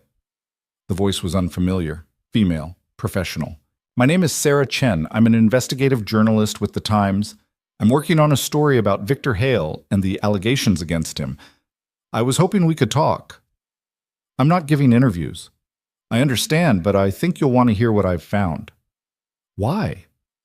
Because I have documents that suggest Victor's been embezzling from your company for over 2 years, and I have a source who claims to have witnessed him discussing your murder in detail. Adrian sat up. What source? I can't reveal that over the phone, but if you're willing to meet, I can show you everything. When? Tomorrow. There's a diner on 5th and West near the courthouse. You know it? Yeah. Noon. Come alone. She hung up before Adrian could respond. Marcus was already shaking his head. That's a trap. Maybe. Definitely. Mysterious journalist claims to have secret evidence, wants to meet alone. That's textbook. Then come with me. Stay out of sight like you did at the park. Adrian, I have to know what she has. If there's more evidence, if there's a witness willing to testify, or if it's Victor's people trying to lure you somewhere isolated. It's a diner, in broad daylight, near a courthouse, not exactly isolated. They argued about it for another hour before Marcus grudgingly agreed, but he made Adrian promise to wear a wire, stay in public view, and leave at the first sign of trouble. Monday morning arrived. The hearing for the motion to suppress was at 2 p.m. Adrian had until then to figure out if Sarah Chen was real or if he was walking into another one of Victor's traps. The diner was half empty when Adrian arrived. Sarah Chen was already there, sitting in a back booth with a laptop and several folders spread across the table. She was maybe 35, Asian, wearing glasses and a blazer that had seen better days. She looked up when Adrian approached. Mr. Vale? Thanks for coming. Adrian slid into the booth across from her. You said you have documents. Isates. Right to business. I like that. She turned the laptop toward him. I've been investigating Victor Hale for 6 months. Started as a piece about corporate fraud, but it became something bigger. On the screen was a spreadsheet. Hundreds of transactions, highlighted in different colors. Money moving between accounts, companies, countries. Victor's been siphoning funds from Vale Industries since the merger talks began, Sarah said. Small amounts at first, a few thousand here, 10,000 there. Nothing that would trigger an audit, but over 2 years it adds up to nearly $3 million. How did you get this? A source inside your accounting department, someone who noticed discrepancies and started tracking them. Who? I can't reveal that, but they're willing to testify if the DA offers immunity. Adrian studied the spreadsheet. The numbers matched what Marcus had found, but Sarah's data went deeper, showed connections Adrian hadn't seen, payments to shell companies that then paid other shell companies before the money finally landed in accounts Victor controlled. What about the witness? Adrian asked. The one who heard Victor discuss my murder. Sarah flipped open one of the folders. Inside was a transcript, handwritten notes, timestamps. David Ortiz kept recordings, she said. Every conversation he had with Victor, going back 8 months. Insurance policy in case Victor ever tried to cut him out or pin everything on him. Where are these recordings? Ortiz's lawyer has them. They're part of his plea deal. He's cooperating with the FBI in exchange for reduced charges. Does Victor know? Not yet. The deal was finalized Friday. It's still sealed. Adrian read through the transcript. Conversations about the poisoning, about framing Adrian for fraud, about making sure Max couldn't inherit if something went wrong. Everything Victor had said at the bar, and more. Much more. This changes everything. That's why I wanted you to see it before the hearing. If the judge suppresses Elena's recording, it won't matter. The FBI has Ortiz's recordings. They're legally obtained. Attorney-client privilege doesn't apply because Ortiz is cooperating. Victor's lawyers can't touch them. Adrian looked at her. Why are you showing me this? Because I think you deserve to know before it goes public. And because I'm writing a story about what happened, and I want to make sure I get it right. When does it publish? Tonight. Whether the hearing goes your way or not. They talked for another 30 minutes. Sarah asked questions. Adrian answered the ones he could, deflected the ones he couldn't. By the time he left, he felt something he hadn't felt in weeks. Hope. The hearing started at 2 p.m. Adrian sat in the gallery with his lawyer while Victor sat 3 rows ahead, flanked by his own legal team. Victor didn't turn around, didn't acknowledge Adrian's presence, just sat there in an expensive suit looking like a man who believed he was about to win. The judge was a woman in her 60s named Patricia Holbrook, known for being strict on procedure. She listened to Victor's lawyers argue that Elena's recording violated wiretapping laws, that it was obtained through deception, that allowing it as evidence would set a dangerous precedent. Then she listened to the prosecution argue that Elena was a private citizen, that the conversation took place in a public establishment, that Victor had no reasonable expectation of privacy in a crowded bar. The arguments went back and forth for an hour. Legal precedents, case law, technical details that made Adrian's head hurt. Finally, Judge Holbrook called for a recess, said she'd review the arguments and issue a ruling within 24 hours. Everyone filed out. Adrian was halfway to the exit when Victor's voice stopped him. "Adrian?" He turned. Victor was standing there, alone for once, his lawyers having stepped away to make calls. "What?" Adrian said. "This isn't over." "Yeah, it is. You think a recording changes anything? You think some journalist's story is going to destroy me?" Victor smiled. "I've been in this game longer than you. I know how it works. Worst case, I do a few years in minimum security. Best case, I walk. Either way, I survive. Not this time. We'll see." Victor stepped closer, lowered his voice. "But here's what you don't understand. Even if I go to prison, even if you get your company back, your reputation's toast. Clients don't forget. Investors don't forget. You'll spend the rest of your life explaining why you almost got killed by your own partner. That kind of stain doesn't wash off. At least I'll be alive to try. Will you? Because accidents happen, Adrian, even to careful people. Is that a threat? It's a fact. You've made powerful enemies. Ortiz wasn't the only person I worked with, and some of them don't care if I'm in prison or not." Adrian felt Marcus's presence behind him before he saw him. Marcus put a hand on Adrian's shoulder. "Time to go," Marcus said. They left Victor standing there, outside the courthouse. Adrian's hands were shaking again. "He's trying to scare you," Marcus said. "It's working." "Don't let it. He's desperate. People say stupid things when they're desperate." That night, Sarah Chen's story went live. Adrian read it on his laptop while sitting in his empty house, whiskey in hand. She'd done good work, thorough, detailed. She'd connected dots Adrian had missed, interviewed people he'd never thought to contact, and she'd laid out Victor's entire scheme in clear, damning prose. The headline read, "Betrayal at the Top: How a Silicon Valley Partnership Turned Deadly." By morning, it had been shared 10,000 times. News networks were running segments. Other journalists were following up. Victor's name was everywhere, and none of it was good. Adrian's phone rang at 7 a.m. Jim, his lawyer. Judge Holbrook issued her ruling early. The recording stands. She denied the motion to suppress. Adrian closed his eyes. "Thank you. There's more." The DA just announced they're adding charges: embezzlement, racketeering, conspiracy. They're using Ortiz's recordings and the documents from Sarah Chen's story. Victor's arraignment is this afternoon. Will he make bail again? Unlikely. The DA's arguing he's a flight risk, and with everything that's come out, I don't see the judge disagreeing. After they hung up, Adrian sat on his couch and let himself breathe. Really breathe. For the first time in 2 weeks, he felt like the walls weren't closing in. His phone buzzed. Text from Elena. "I saw the news. We did it." Adrian typed back, "You did it. Thank you." Her response came quickly. "I took the job in Boston, leaving Friday. But I wanted to say goodbye first. Can we meet?" They met at the same coffee shop Wednesday afternoon. Elena looked better. Not happy exactly, but lighter. Like she'd put down something heavy she'd been carrying too long. "Boston's supposed to be nice," Adrian said. "Yeah, better than here anyway." "You'll keep in touch?" "If you want me to." "I do." She smiled. "How's Max?" "Good. Asking questions I don't know how to answer, but good. You should tell him the truth when he's older, about what happened." "Maybe." "Not maybe. Definitely. He deserves to know his father fought for him." Adrian looked at her.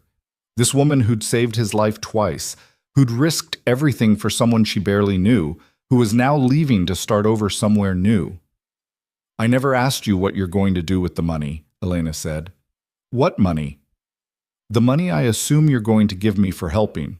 The reward, compensation, whatever you want to call it. Adrian pulled an envelope from his jacket pocket, handed it to her. Inside was a check for $200,000.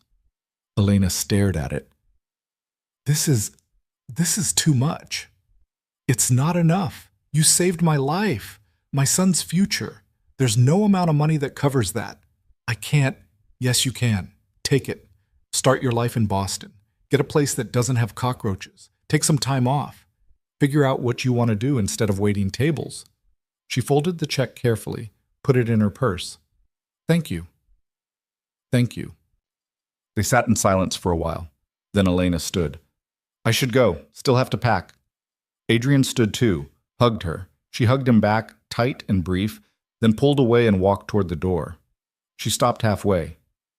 Adrian? Yeah? Be careful. Victor's not the only dangerous person in this story. I know. I'm serious. People like him, they have friends, connections. Just watch your back.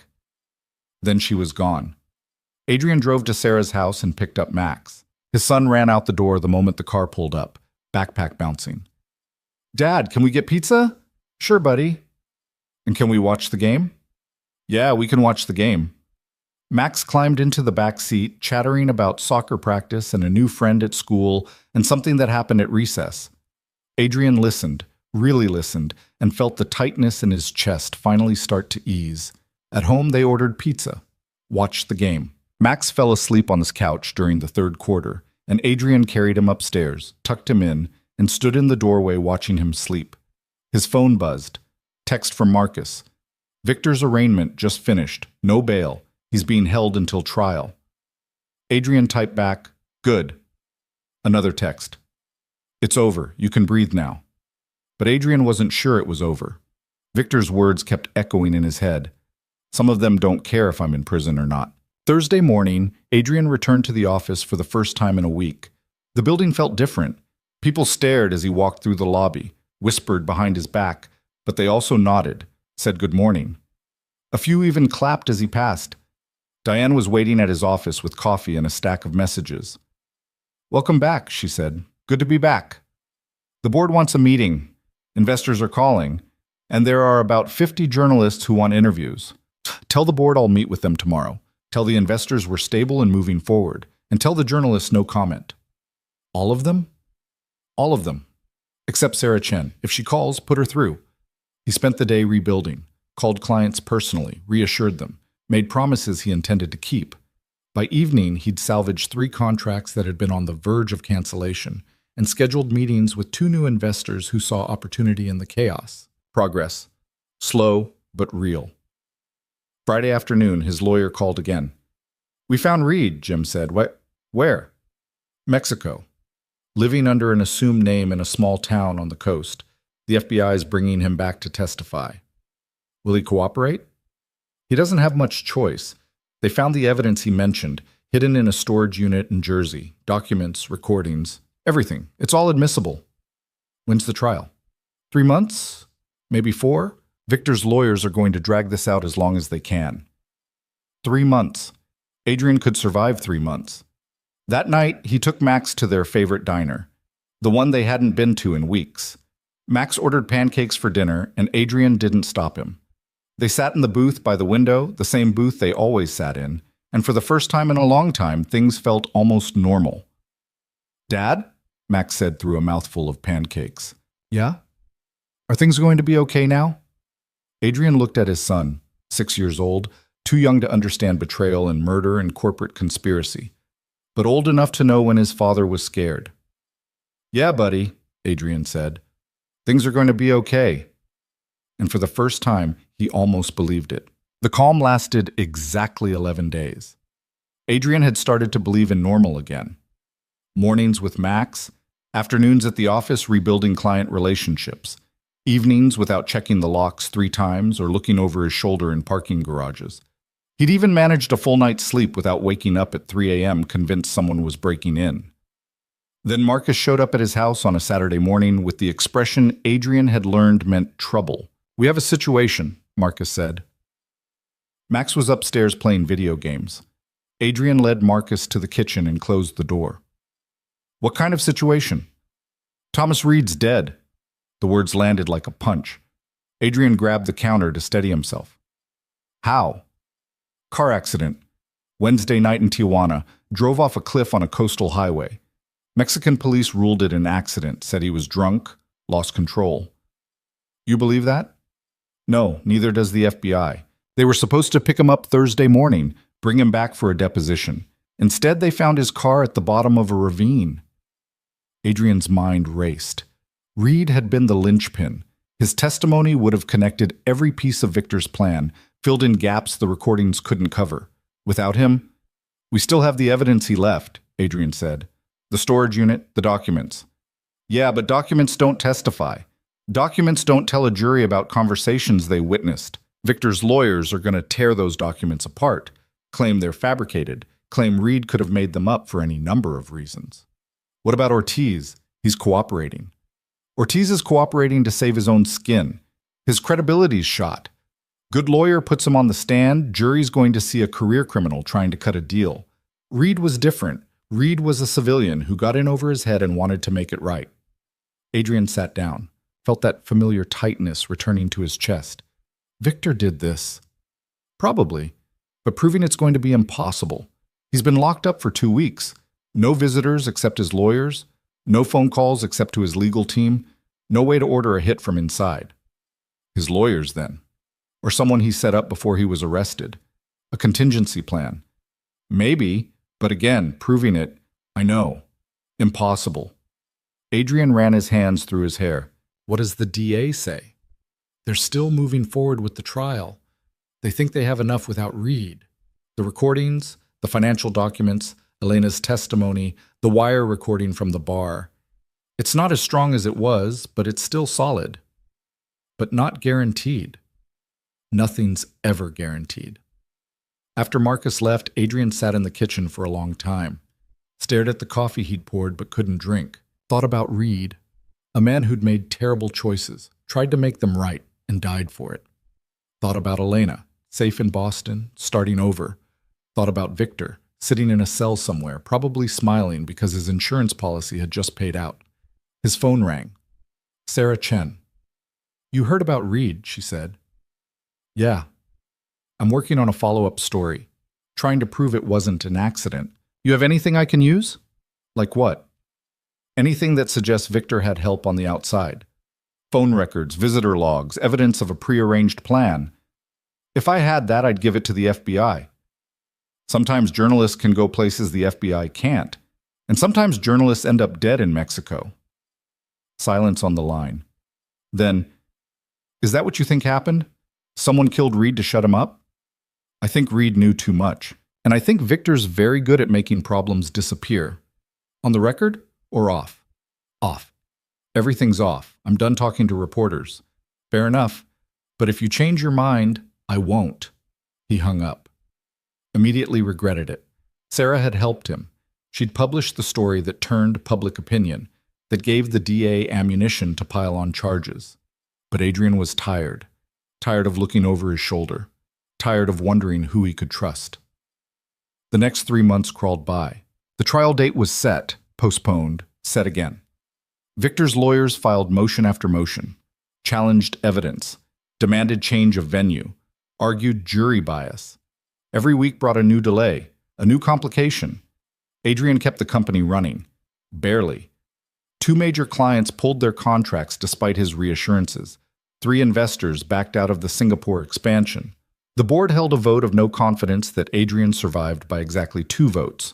His reputation was intact enough to keep him in charge, but damaged enough that every decision was questioned. Max started having nightmares. Waking up at 2 a.m. convinced someone was in the house.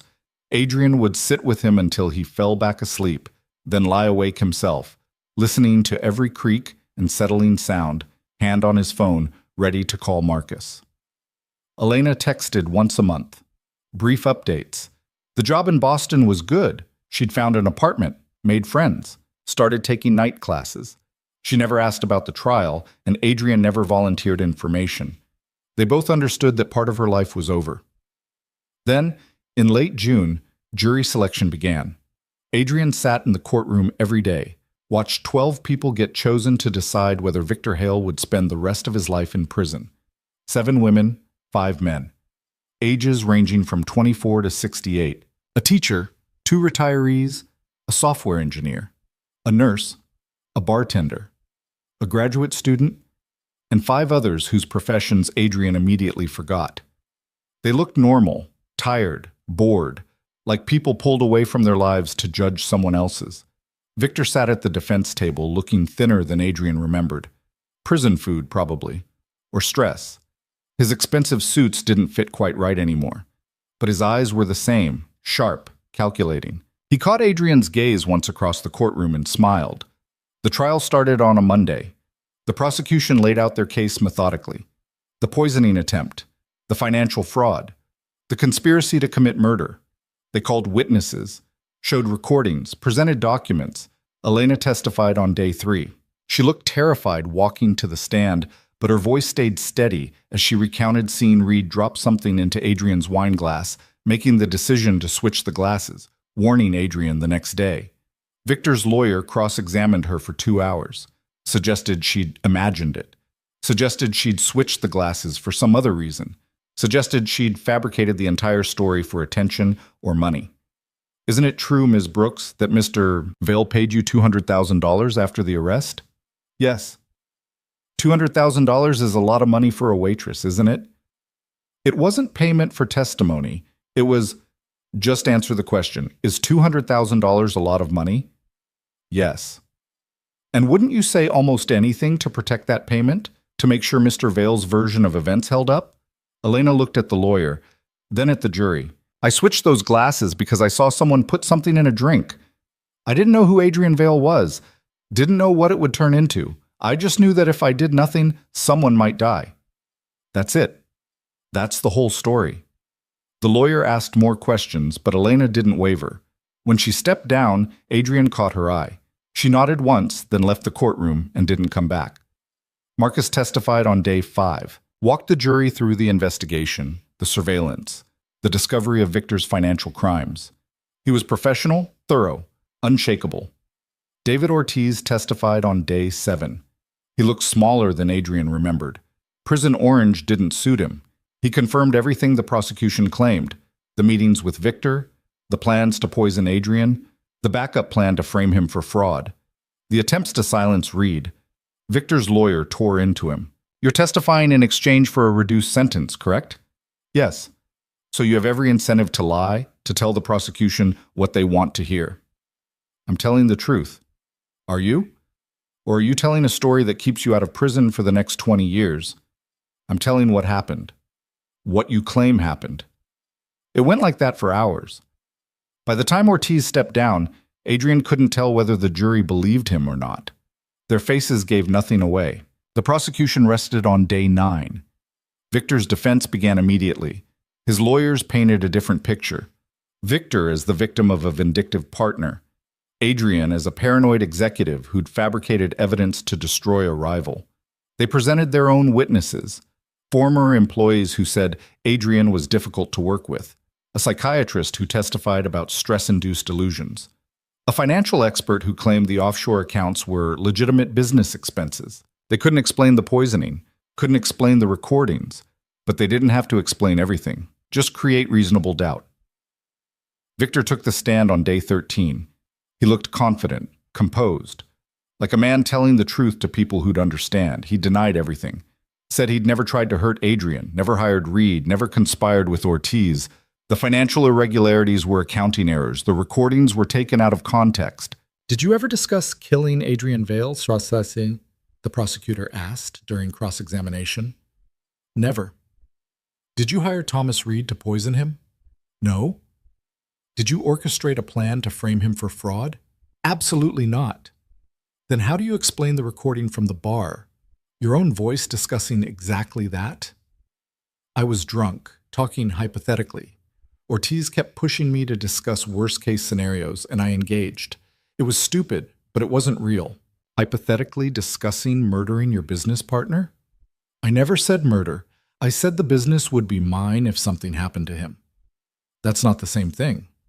And the poisoning? I don't know anything about that. Maybe Reed acted alone. Maybe he misunderstood something I said. Or maybe it never happened, and this whole thing is a misunderstanding. The prosecutor pushed harder, but Victor held his ground. He'd prepared for this, had answers for everything. By the time he stepped down, Adrian's confidence had taken a hit. Closing arguments came on day 15. The prosecution went first, walking the jury through the evidence one final time. They emphasized the recordings, the testimony, the pattern of behavior. They asked the jury to use common sense, to see the conspiracy for what it was. The defense countered, argued the prosecution's case was circumstantial, built on the word of criminals and people with financial incentives to lie. They asked the jury to consider reasonable doubt, to remember that in America, you're innocent until proven guilty beyond any shadow of uncertainty. The jury deliberated for 4 days. 4 days of Adrian sitting in his office staring at his phone. 4 days of Max asking why Dad seemed distracted. 4 days of Marcus texting updates that said nothing had changed. On the afternoon of the 4th day, the call came. Verdict. Adrian was back in the courtroom within an hour. The gallery was packed. Journalists, spectators, people who'd followed the trial like it was entertainment. Victor sat at the defense table looking calm. Too calm. The jury filed in. None of them looked at Victor. Adrian had read somewhere that was a good sign, but he didn't trust signs anymore. The judge asked if they'd reached a verdict. "We have, Your Honor." "On the charge of attempted murder in the first degree, how do you find?" "We find the defendant guilty." The courtroom erupted. The judge called for order. Adrian couldn't breathe. "On the charge of conspiracy to commit murder, how do you find?" "Guilty." "On the charge of fraud, how do you find?" "Guilty." "On the charge of embezzlement, how do you find?" "Guilty." It went on. 14 charges, 14 guilty verdicts. By the time the foreman finished reading, Victor's calm had cracked. He sat frozen, staring at the table, while his lawyers whispered frantically beside him. The judge set sentencing for 6 weeks out, thanked the jury, adjourned. Adrian walked out of the courthouse into camera flashes and shouted questions. He ignored them all, got in his car, and drove home. Sat in the driveway for 10 minutes before he could make himself go inside. Max was waiting in the living room. "Did you win?" Max asked. "Yeah, buddy, we won." "Does that mean the bad man goes to jail?" "Yeah? Forever?" "For a very long time." Max hugged him. Adrian held his son and let himself feel relief for the first time in months. It wasn't over yet. Sentencing still loomed. Appeals would follow, but the worst had passed. That night, after Max went to bed, Adrian sat on his back porch with a beer and called Elena. "I heard," she said. "It's all over the news. Guilty on all counts. How do you feel?" "Tired." "Yeah, I bet." They talked for a while. Small things, her classes, his company, the weather in Boston versus the weather here. Normal conversation between two people who'd survived something abnormal together. "I'm glad it's over," Elena said eventually. "Me too." "Are you going to be okay? Really okay?" "I think so. Ask me again in a year." "I will." After they hung up, Adrian sat in the dark listening to crickets and distant traffic. His phone buzzed. Text from Sarah Chen. "Congratulations. Interview offer still stands if you change your mind." He deleted it. Another text. "Marcus. Drinks tomorrow to celebrate?" Adrian typed back, "Yeah, sounds good." Sentencing day arrived 6 weeks later. August. Hot and humid. The kind of weather that made you question why anyone lived on the East Coast. Adrian wore a suit despite the heat, sat in the same seat he'd occupied throughout the trial. Victor was brought in wearing prison clothes. He'd aged noticeably. Gray at his temples, lines around his eyes. Prison did that to people. The judge read through the charges again. Asked if Victor had anything to say before sentencing. Victor stood. "Your Honor, I maintain my innocence. I never tried to hurt Adrian Vale, never conspired to commit murder. The jury got it wrong, and I'll be appealing this verdict. That's all I have to say." He sat back down. The judge looked unimpressed. She'd presided over the entire trial, heard every piece of evidence. She wasn't buying Victor's innocence. Mister Hale, she said, you were found guilty of attempting to murder your business partner, of conspiring to steal his company, of committing fraud on a massive scale. These crimes were premeditated, calculated, and showed a complete disregard for human life. You betrayed someone who trusted you. You endangered a child. You corrupted others into doing your bidding. The court sees no reason for leniency. She sentenced him to 45 years in federal prison. No possibility of parole for 25 years. Victor would be 71 before he'd even be eligible for early release. His lawyers immediately filed notice of appeal. Victor was led out of the courtroom in handcuffs. He didn't look at Adrian, didn't look at anyone, just walked out like a man who'd already left this world behind. Adrian stayed until the courtroom emptied. Then he walked out into sunshine that felt brighter than it had in months. Marcus was waiting by his car. 45 years, Marcus said. Yeah. That's effectively life. Yeah. How do you feel? Adrian thought about it. Like I can finally breathe. They got drinks that night. Not at Luminaire. Adrian would never set foot in that restaurant again. But at a dive bar, Marcus knew where nobody recognized them and the beer was cheap. They didn't talk about the trial, didn't talk about Victor, just talked about normal things, sports, Max's upcoming birthday, Marcus's daughter starting college. Normal felt good. The company recovered slowly. Clients came back. New investors emerged. The board stopped questioning every decision. By October, Adrian had hired a new COO to handle day-to-day operations so he could spend more time with Max. Someone he'd vetted thoroughly, someone with no connection to Victor or his network. Life started resembling something manageable. Max's nightmares stopped. He went back to being a regular 7-year-old who cared more about soccer and video games than corporate conspiracies and murder trials. Adrian attended every game, every parent-teacher conference, every school event. Made good on the promises he'd made during those dark weeks when he wasn't sure he'd survive to keep them. Elena visited once, December. She was in town for the holidays and texted asking if they could meet for coffee. They went to the same shop where they'd said goodbye months earlier. She looked different, happier. Her hair was different. New clothes. The kind of confidence that came from building something for yourself. You look good, Adrian said. You too. Less like someone trying to survive each day. I feel less like that. How's Max? Good. Great, actually. He made the travel soccer team. Won't stop talking about it. That's good. Kids should get to just be kids. They talked for an hour. She told him about finishing her degree, about a job offer from a tech company in Cambridge, about a guy she'd started seeing who worked in her building and didn't know anything about poisoned wine or billionaires or trials. I'm happy for you, Adrian said. I'm happy for me, too. She smiled. You ever think about that night at the restaurant? Sometimes. You ever wonder what would have happened if I hadn't switched the glasses? Yeah, but then I stopped wondering because it doesn't matter. You did switch them. Everything that came after happened because you made that choice. Would you do it again, the whole thing, if you could go back? Adrian considered. I don't know, probably not, but I can't go back, so it doesn't matter. No, I guess it doesn't. When they parted ways this time, it felt more final, like they were both closing a chapter. Elena was moving forward with her life. Adrian was rebuilding his. Their paths had intersected for a brief, intense moment, and now they were diverging again. That was okay. The new year came. Adrian took Max skiing in Vermont. They stayed in a cabin with no cell service and spent a week just being together. Max learned to snowboard. Adrian remembered how to relax. They built snowmen and drank hot chocolate and talked about nothing important. On the last night, sitting by the fireplace while Max slept upstairs, Adrian thought about the past year, about how close he'd come to losing everything, about the people who'd saved him, Elena, Marcus, Sarah, even Reed in his own complicated way.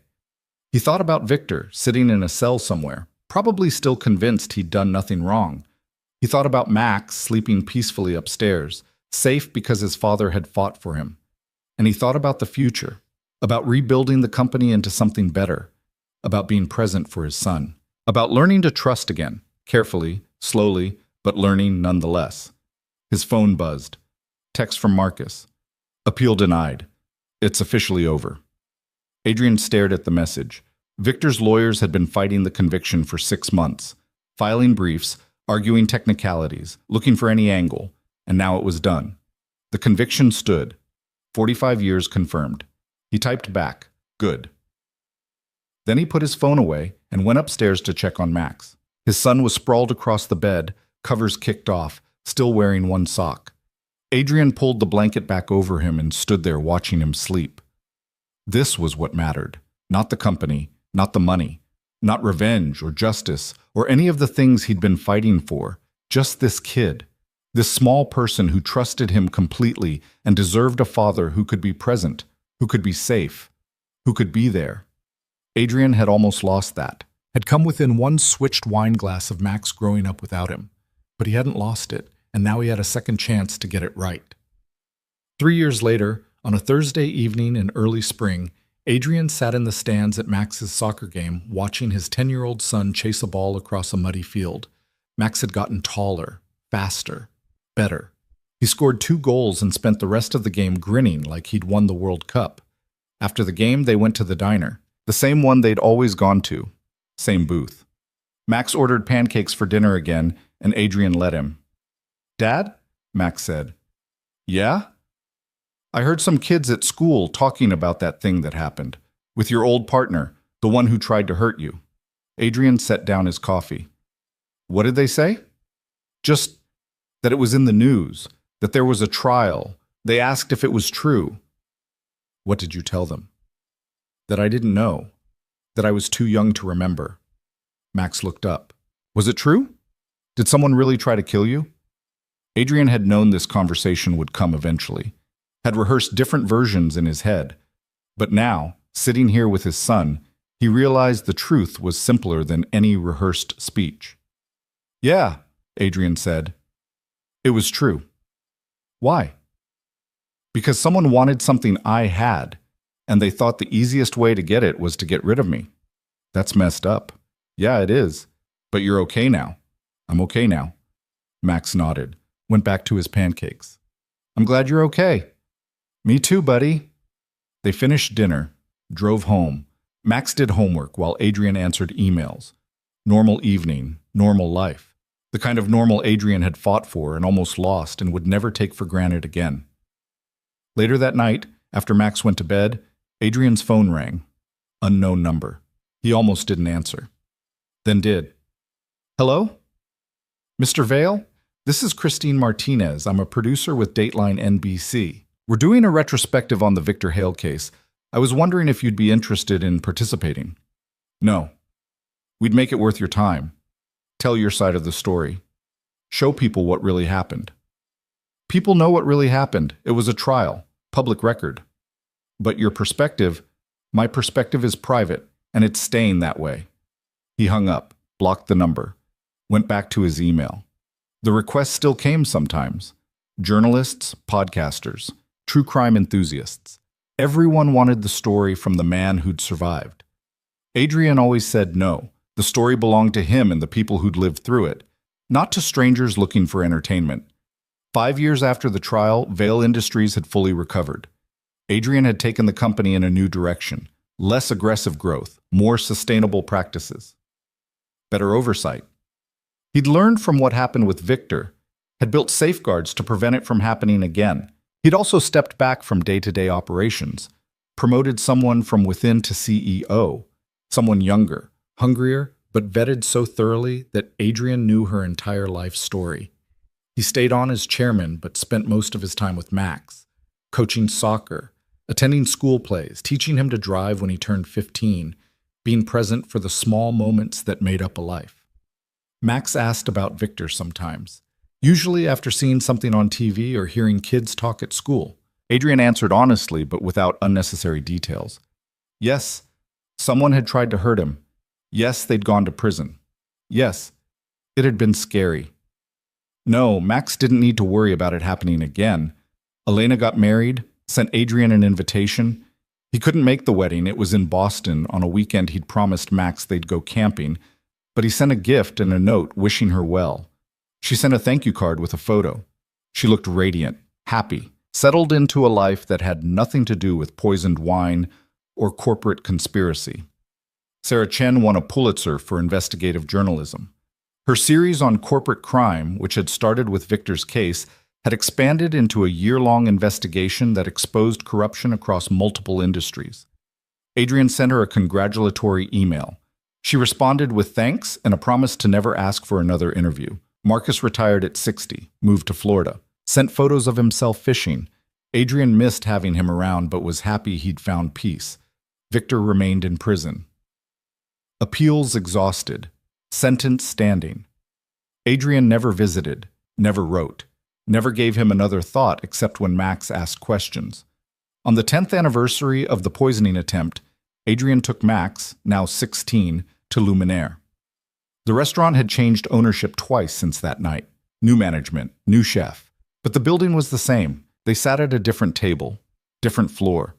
But Adrian could see the corner booth where it had happened, where Elena had stood with a trembling hand in a choice that saved his life. "Why are we here?" Max asked, studying the menu. "Because 10 years ago, in this restaurant, someone did something incredibly brave, and I wanted to remember it somewhere it mattered." "The waitress who switched the glasses?" "Yeah." "You ever talk to her?" "Not in a few years. She has her own life now." "You should call her, say thanks again." "Maybe I will." They ordered dinner, ate in the kind of comfortable silence that came from knowing someone your whole life. Adrian looked at his son, nearly grown now, tall and confident and smart, and felt overwhelming gratitude. For Elena's choice, for Marcus's help, for the legal system working the way it was supposed to, for pure luck that had put the right person in the right place at the right time. Life was fragile. Adrian had learned that the hard way. You could build empires and make millions and think you were untouchable, but all it took was one person with bad intentions and access to a wine glass. What saved you wasn't money or power. It was other people. People who saw something wrong and chose to act. People who risked their own safety to protect yours. People who stood beside you when everything fell apart. After dinner, Adrian drove Max home. Helped him with calculus homework even though his own math skills were rusty. Watched him head upstairs to bed. Then Adrian went to his office, pulled up his contacts, found Elena's number, stared at it for a long moment. He typed out a message. 10 years ago today, you saved my life. I just wanted to say thank you again. Hope you're well. Adrian. He hit send before he could overthink it. 3 minutes later, his phone buzzed. I think about that night sometimes. Still can't believe I actually did it. Glad it mattered. Glad you're okay. Adrian smiled, typed back, me too. He put his phone away and sat in the quiet of his office. Outside, the city hummed with traffic and lives being lived, people working, people sleeping, people making choices that would ripple forward in ways they couldn't predict. Somewhere in that city, someone was probably plotting something terrible. Someone else was probably noticing something wrong and deciding whether to act. The world kept spinning, good and bad, in constant motion. But tonight, in this house, Adrian and Max were safe. The nightmare that had started at Luminaire had ended. Victor was in prison. The company had survived. And Max was growing into someone kind and thoughtful and brave. That was enough. More than enough. It was everything.